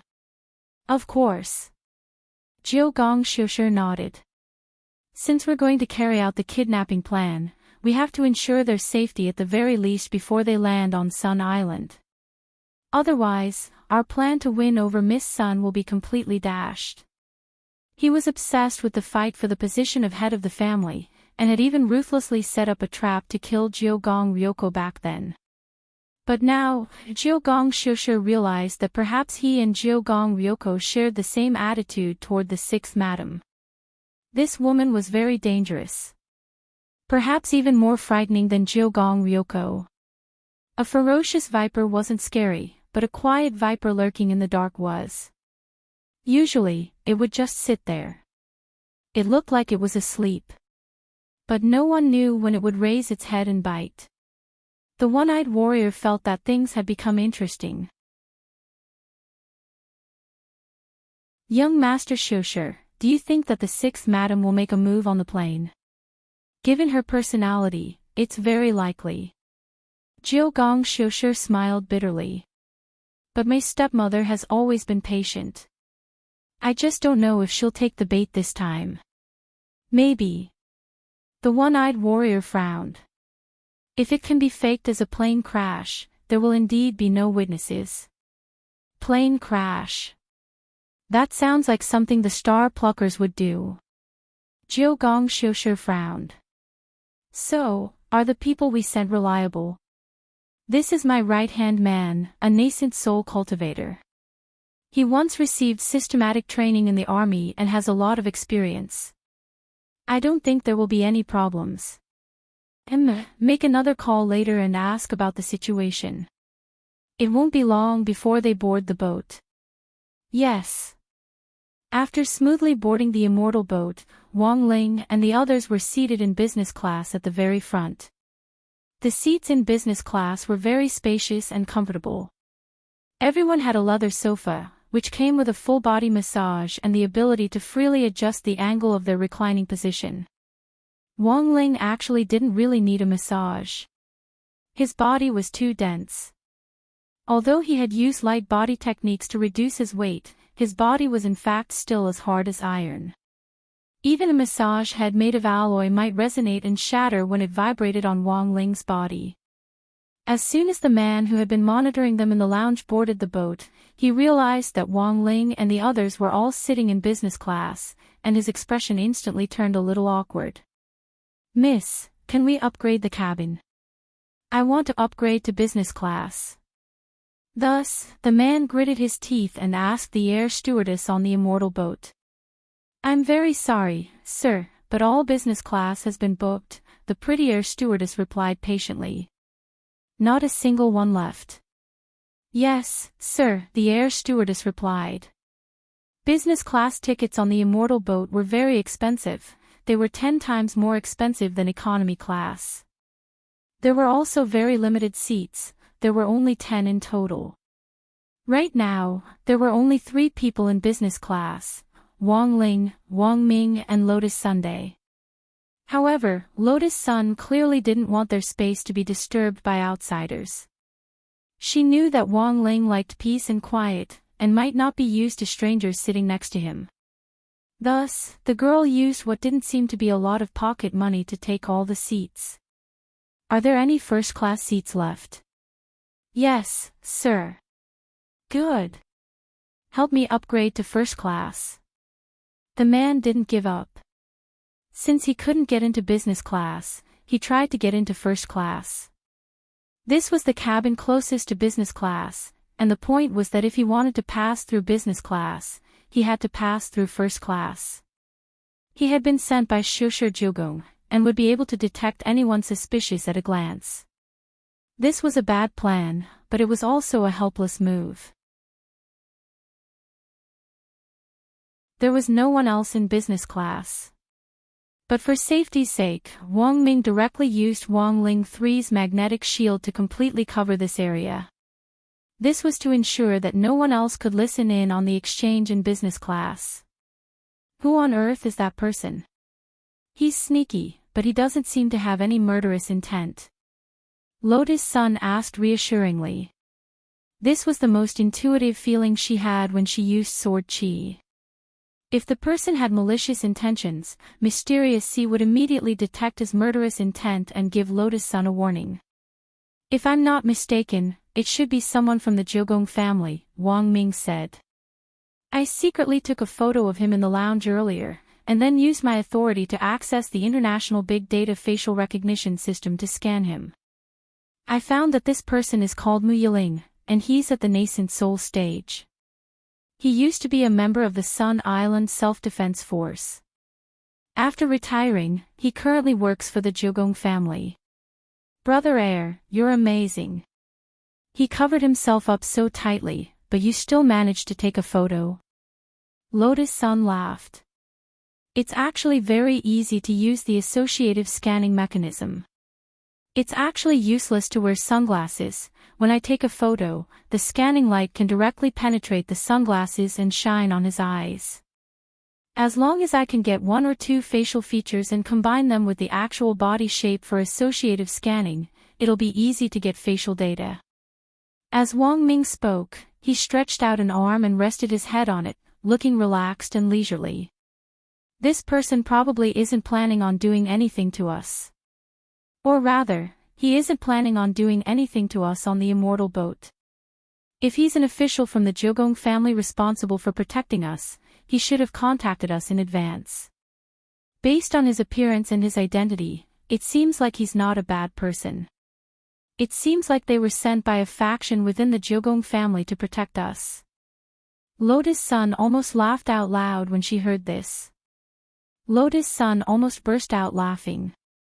Given their current lineup, they didn't lack protection at all. Even if Wang Ling wasn't included, given Wang Ming's current battle strength alone, it would be very difficult for an average cultivator to defeat him. Furthermore, Huaxiao Alliance had in fact placed great importance on security because Wang Ming was traveling with them this time. Apart from Jiayin, who had come with them on the immortal boat, they had also applied for special protection from Battle Sect. In other words, it looked like there were only 4 of them participating in the student exchange program. But the truth was that there were thousands of troops following them from the shadows. In any case, that's the situation. This kid isn't moving now, so we don't need to pay too much attention to him. Wang Ming laughed. It's possible that there really is another group of people who want to do us harm.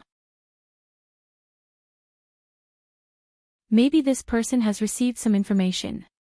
But since we're on the immortal boat, they're too bold to make a move on us. Do they want to cause an air crash? Who knows? Wang Ming spread his hands. He looked at Wang Ling next to him with a meaningful smile. I just hope that those people can live in peace. After all, the ceiling of the cultivation world is right next to me. You're tuning into the LoveLore Library YouTube channel.